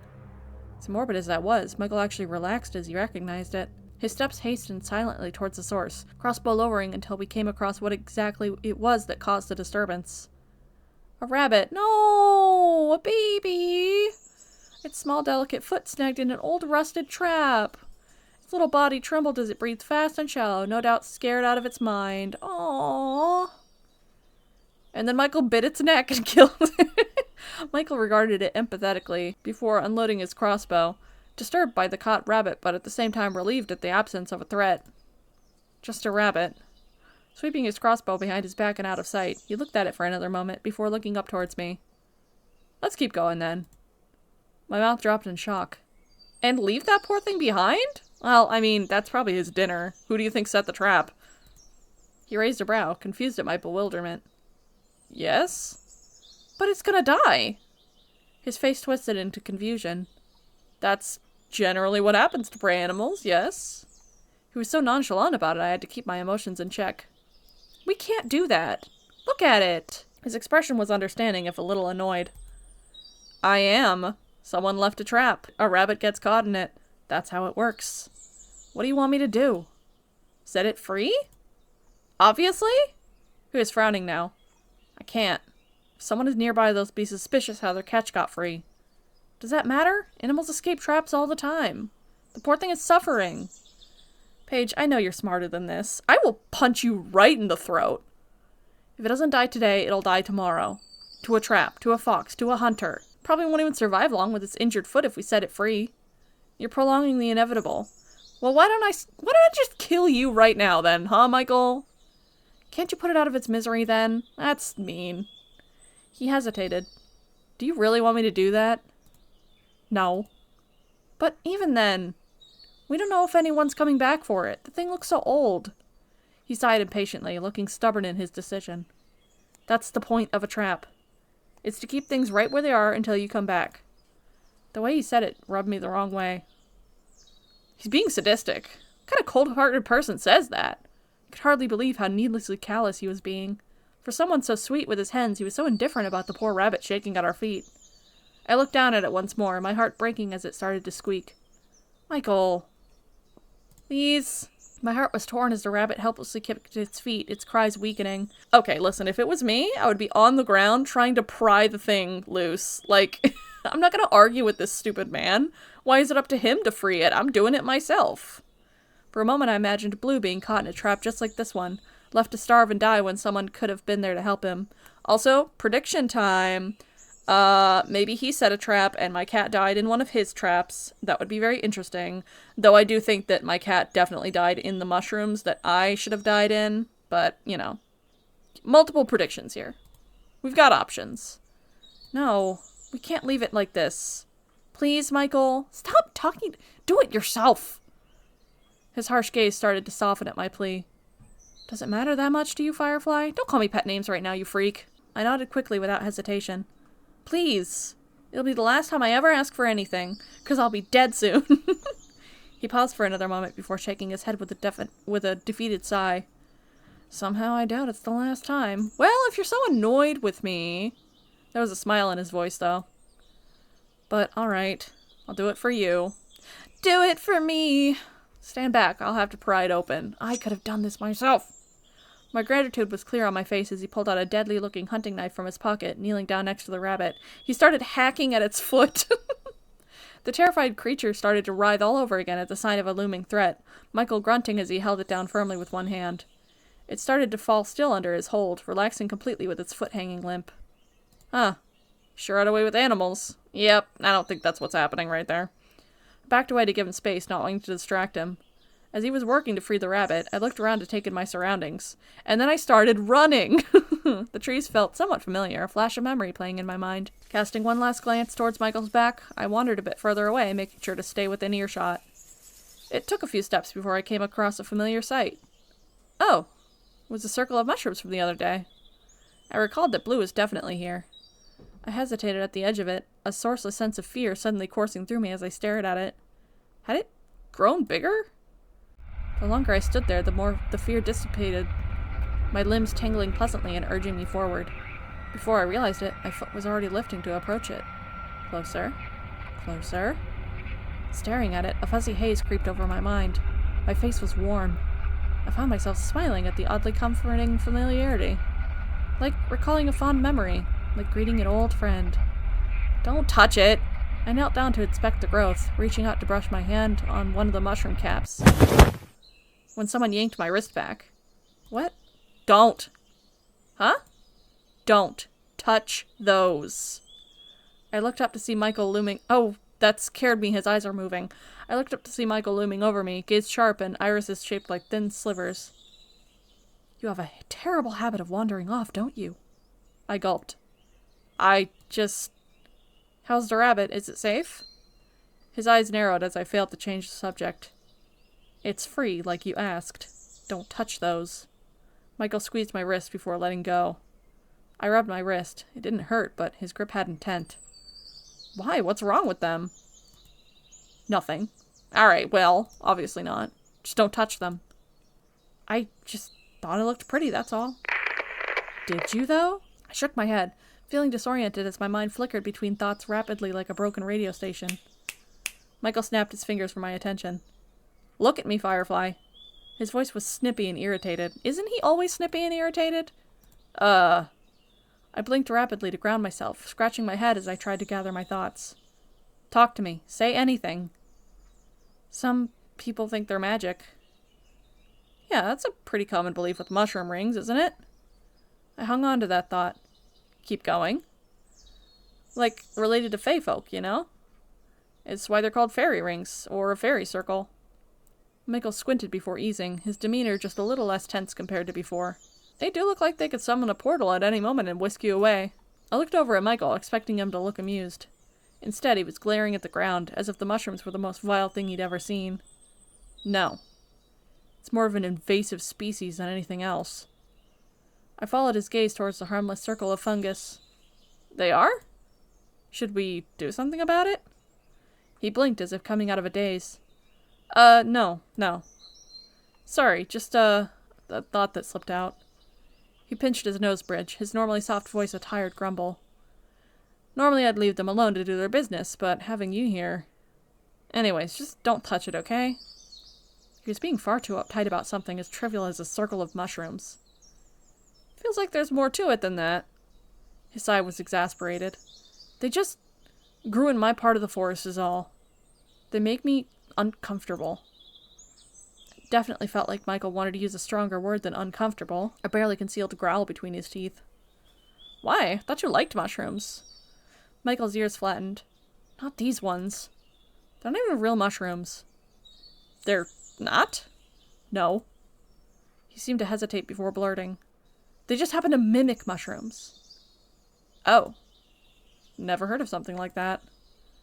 Though there are some pretty wild foliage out here that could copy the look of nearby plants. Does it have a name? Michael. His brow scrunched in confusion. What? Them? Yeah. You know, as in the species? Oh. Not entirely sure. I can recognize them by sight, though, so just stick with me when we're out in the woods, okay? I really don't want you anywhere near them. Alright, if you say so. Just don't get how they can be invasive is all. I consider it invasive when they come on my property. Is he really getting this angry over cute mushrooms? Well, clearly you're missing something. Like, he wouldn't just be this mad over mushrooms, my goodness. I'm gonna be honest, you're acting really weird about it, Michael. He was getting more agitated the longer we stood there, hands clenching into tight fists. Paige, I know I ask a lot from you, but please, let's just leave them alone, okay? Why? There's something about— Oh my god! Oh, that actually scared me. Look, can we just— I flinched, backing away from him as his voice rang through the trees. A silence passed between us before he took a deep breath. Well, that was very effective, because now I feel actually really tense. Ugh, dude, you're making me uncomfortable. I hate this. I'm sorry. I'm sorry. Please, can we just step away from here? No, I'm uncomfortable. I want to leave now. He held out his hand. Don't touch me. His fingers were trembling. Stab him. No. I shake my head. He looked dejected, but nevertheless accepted it with a gentle nod of his head. I'm really sorry for scaring you, Firefly. You should be. Are you okay? No. I'm fine. Don't ever yell at me like that ever again. His ears drooped, expression full of regret. I'm sorry. I'm sorry. Let's get you home. Let's get me home. Michael took the lead, his footing sure and confident.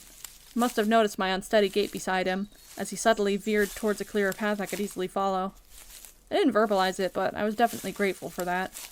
As much as the forest was growing on me, getting my feet caught in roots and twigs every few steps gets tiring after a while. Our steps fell into rhythm next to each other. I peeked at Michael every once in a while, trying to gauge his mood after what happened. Even after spending so much time with him, he was so difficult to read. How can someone both wear their heart on their sleeve yet keep it stitched tight, never letting anyone come too close? I knew he had secrets he wanted to keep close to his chest, but I wish he'd just open up to me a little. The silence that hung in the air was making my skin prickle. What's your favorite animal? I was so caught up in my thoughts I didn't even realize I blurted the first thing that came to my mind. Michael regarded me curiously, ear flicking. My favorite animal? He pursed his lips in thought before his ears perked. Jellyfish. I did a double take. It was one thing for him to have an answer so readily, but the choice was something else. A jelly? Why jellyfish? I thought it'd be, I don't know, a bird or something. He shrugged. They're pretty to look at least from pictures I've seen. Plus, I kind of relate to them. He said that with zero hesitation. No thoughts, head empty. How exactly do you relate to jellyfish? His expression faltered, as if deciding on the right way he could explain his answer. It's 'cause I'm poisonous and have no brain. And no heart. Let's just say I have something in common. With a jellyfish. Well, one jellyfish. In what way? That they're pretty to look at? Really? Really? Ugh, a strangled noise slipped past his throat. No! You wouldn't get it. Try me. No. I groaned like a dying whale in exasperation, shoulders slumped like I had a back problem. He's not going to elaborate anymore, is he? He probably spotted the vein growing on my forehead as he snickered. Relax, Firefly. You're going to faint on the spot if you think any harder. Oh, I just want to stab you so bad. If you're allowed to get upset about mushrooms, I'm allowed to get upset about jellyfish. His smile dropped for a second before his cheeky grin returned. Touch? Touch? Touch what? You know, touch. It's touché. I stared at him, his happy grin shifting into a confused frown. You know, touch. When, it's like saying you're right. You mean touché? He smiled innocently. Yeah. This man will be the death of me. Well, just screenshot that. This man will be the death of me. He laughed at my screwed up grimace, waving a hand hastily. What about you? What's your favorite animal?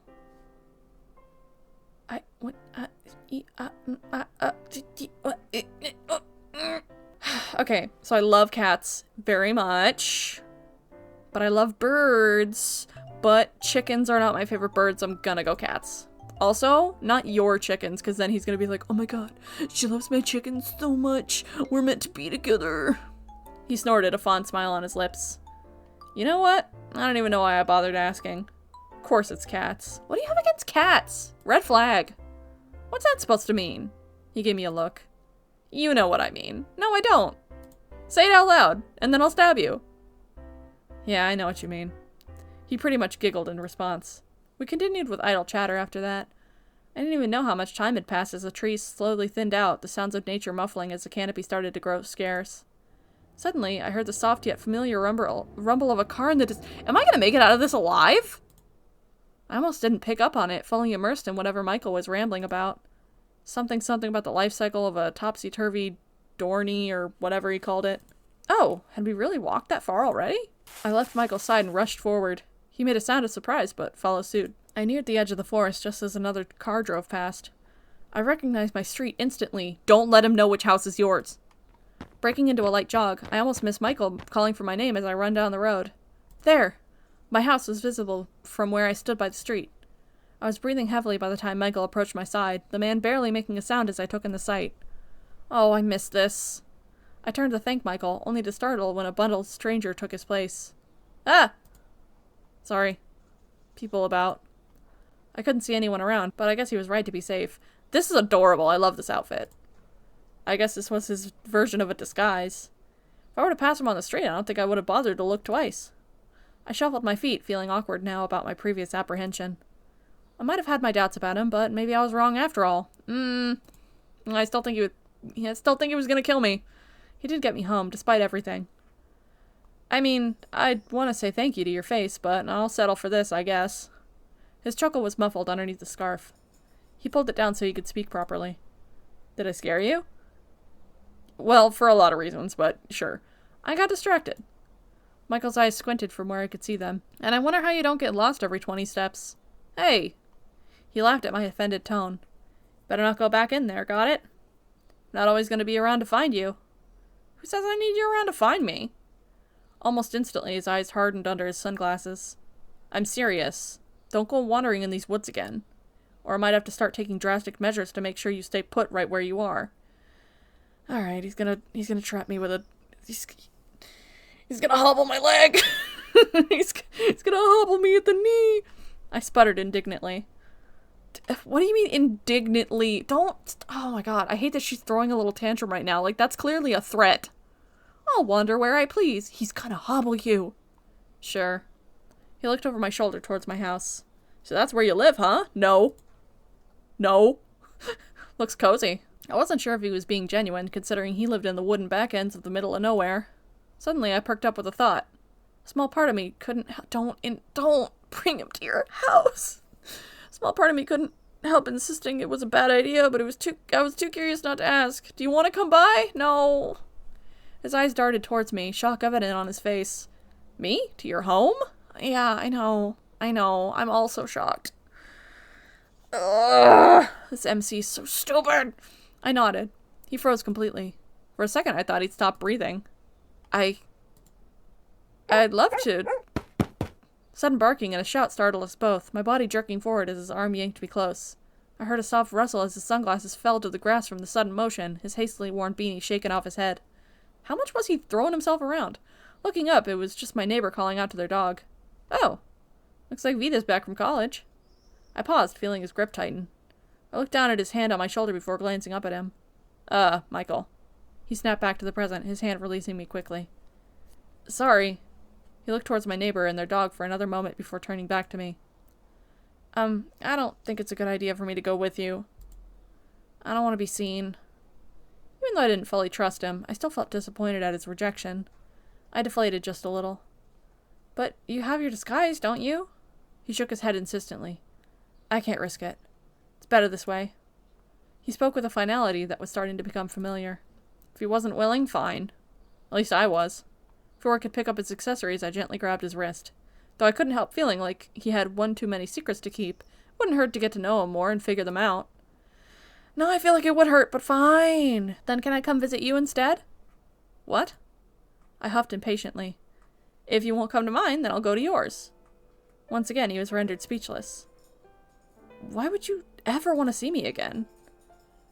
Yeah, I know. That's what I'm asking. Anyway, at this point I was starting to look and sound peeved. For all his good traits, the constant need to build his walls higher around me was starting to get annoying. I folded my arms, looking stern. His eyes widened as if in preparation, ears flattening like a cat in the middle of a scolding. Michael, can you just accept the fact that maybe I enjoy your company and wouldn't mind more? I'm sorry, nobody's ever... But you wanted to go home so badly. Well, yeah, it's where I live, stupid. Oh, this man is hopeless. Yes, of course I do. But that doesn't mean I'm gonna forget about you completely. I feel like you should. Besides, I promised I'd show you what phones could do, didn't I? Dismissing the fact that there's probably not much I can show when there's no data in the woods. I'm sure he'd be enthralled by whatever dinky mobile game I had installed at the time. The point was, I just wanted to see him again. So, that means I get to see you again? I picked up on the eager tone in his voice, realizing he wished for the same sentiment. Yeah, I want to. His voice warbled for a second. Firefly. He cleared his throat, laughing to himself. Paige. You can't imagine how much that means to me. I think I can imagine. A lot. It means a lot. More than you know. Alright, you're making it weird. I nodded, a giddy smile creeping onto my own face. How's next weekend? He tilted his head. That's 7 sundowns from now? 5. His smile widened, eyes squinting in absolute delight. Okay. I'll meet you here then. I smiled at him, figuring this was goodbye. I wasn't my best self in the last few hours spent with Michael, being closed off the moment he held back information. But maybe a simple gesture could make up for it. Don't touch this man, thank him. You're welcome, Firefly. His voice was filled with warm, soft reverence. I didn't think much of it before, but now I was really curious. Why do you call me that? It's a weird pet name. Huh? Firefly? You've been calling me that since we met. It's what he calls all the women that he lures into the woods and kills. Why? Oh, He fidgeted with the strap of his satchel as if embarrassed. I guess you just reminded me of one. I snorted, folding my arms in mock offense. You comparing me to a fly now? Beetle, actually. Still a bug. He sighed, rolling his eyes. I'm not done. Right, sorry. Go on. He rubbed the tips of his fingers on the strap again, slowly speaking. When I first found you, God, this is going to be so painful. You're the light of my world, Firefly. You light up the cold, dark heart that I have inside. Oh my God, I'm going to kill myself. When I first found you, I thought our time together would be short. Something that might fade as quickly as it appeared. And if I wasn't careful, you could slip away so easily. So I was going to keep you in a jar. Fireflies are so delicate after all. But then you stayed. And not just stayed, you lit up everything around me. Gag! Something I didn't even realize I'd needed. Your light was warm, soft, mesmerizing. Safe. If a man started telling me this 3 days after I met him, I would actually call the police. I wish I could keep you in my hands forever. But you wouldn't like that. Would you? I don't like this. He stared at me with such intensity, I really did start to feel like a bug under a microscope. My face grew warm, a shudder running up my spine. Wow, cool story, bro. Anyway, I gave him one last light punch to the shoulder. And guess what? I'm never meeting him here again. It felt like punching a sack of grains. I'll see you next weekend. You really shouldn't. You should move, actually. You should move immediately. Ah. Ignoring the heat on my face, I looked both ways before jogging across the street. My neighbor in their yard looked up as I approached, their eyes lighting up in recognition. Paige? Their hands fidgeted. Ah, new people! They're so cute! Their hands fidgeted with the frisbee in their hand as they approached, their ever-loyal Laika following close behind. I was wondering where you've been.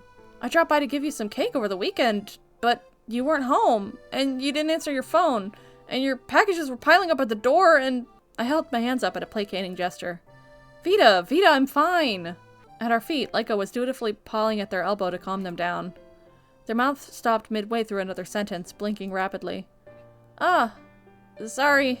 They reached down to pat Laika's head, significantly calmer as they asked me again. Where were you? Where have you been? I was, visiting a friend. For a digital detox? Off the grid and all that. They blinked slowly, nodding. Oh, that sounds exciting. By the tone of their voice, they didn't mean that at all.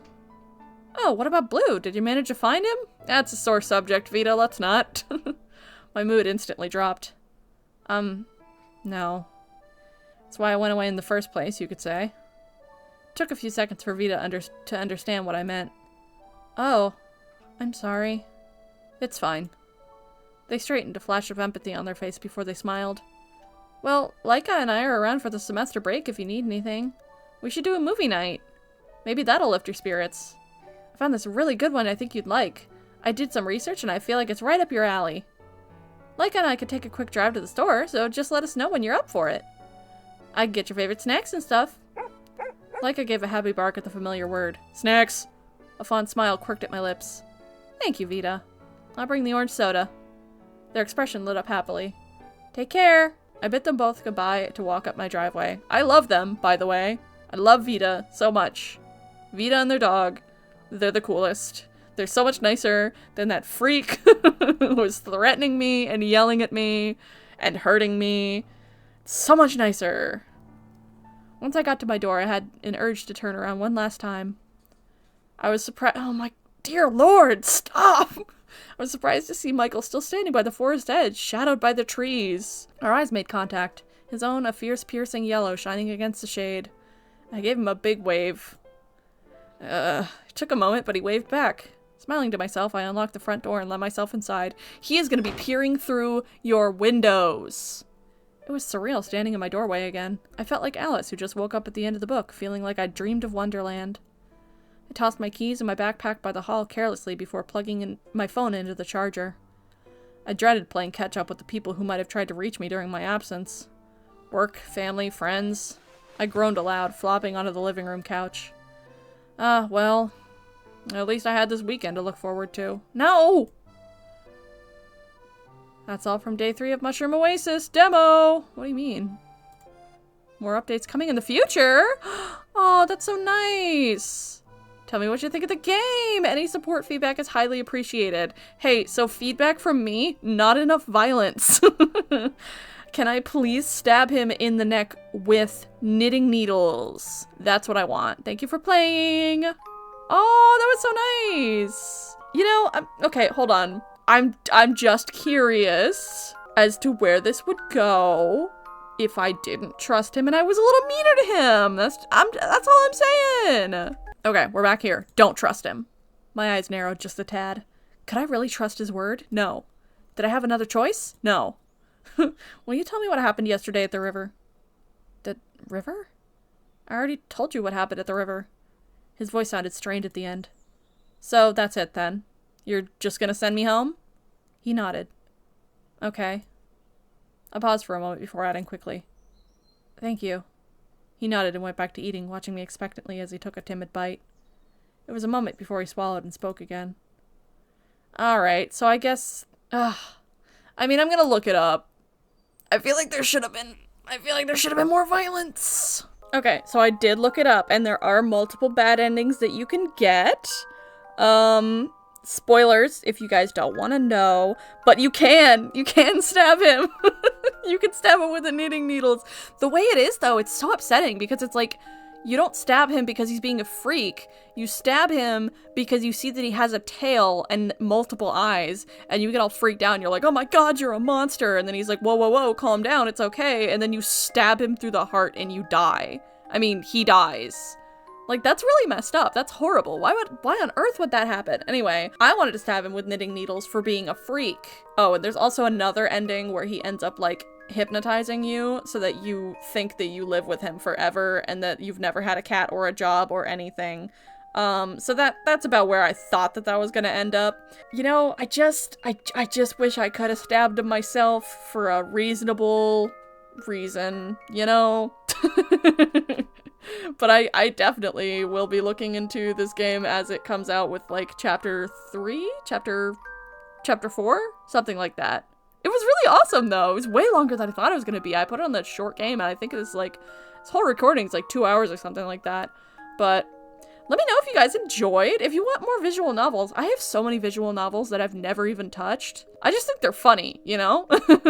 Like, dating sims visual novels, they're great. They're so fun. But yeah, like I said, leave a comment if you want to see more visual novels, if you want to see some dating sims, they're very fun. And if you want to see more from me in the future, make sure to like and subscribe, hit the notification bell, do all those fun YouTube things. As always, I hope you have a fantastic day, and I will see you in the next one.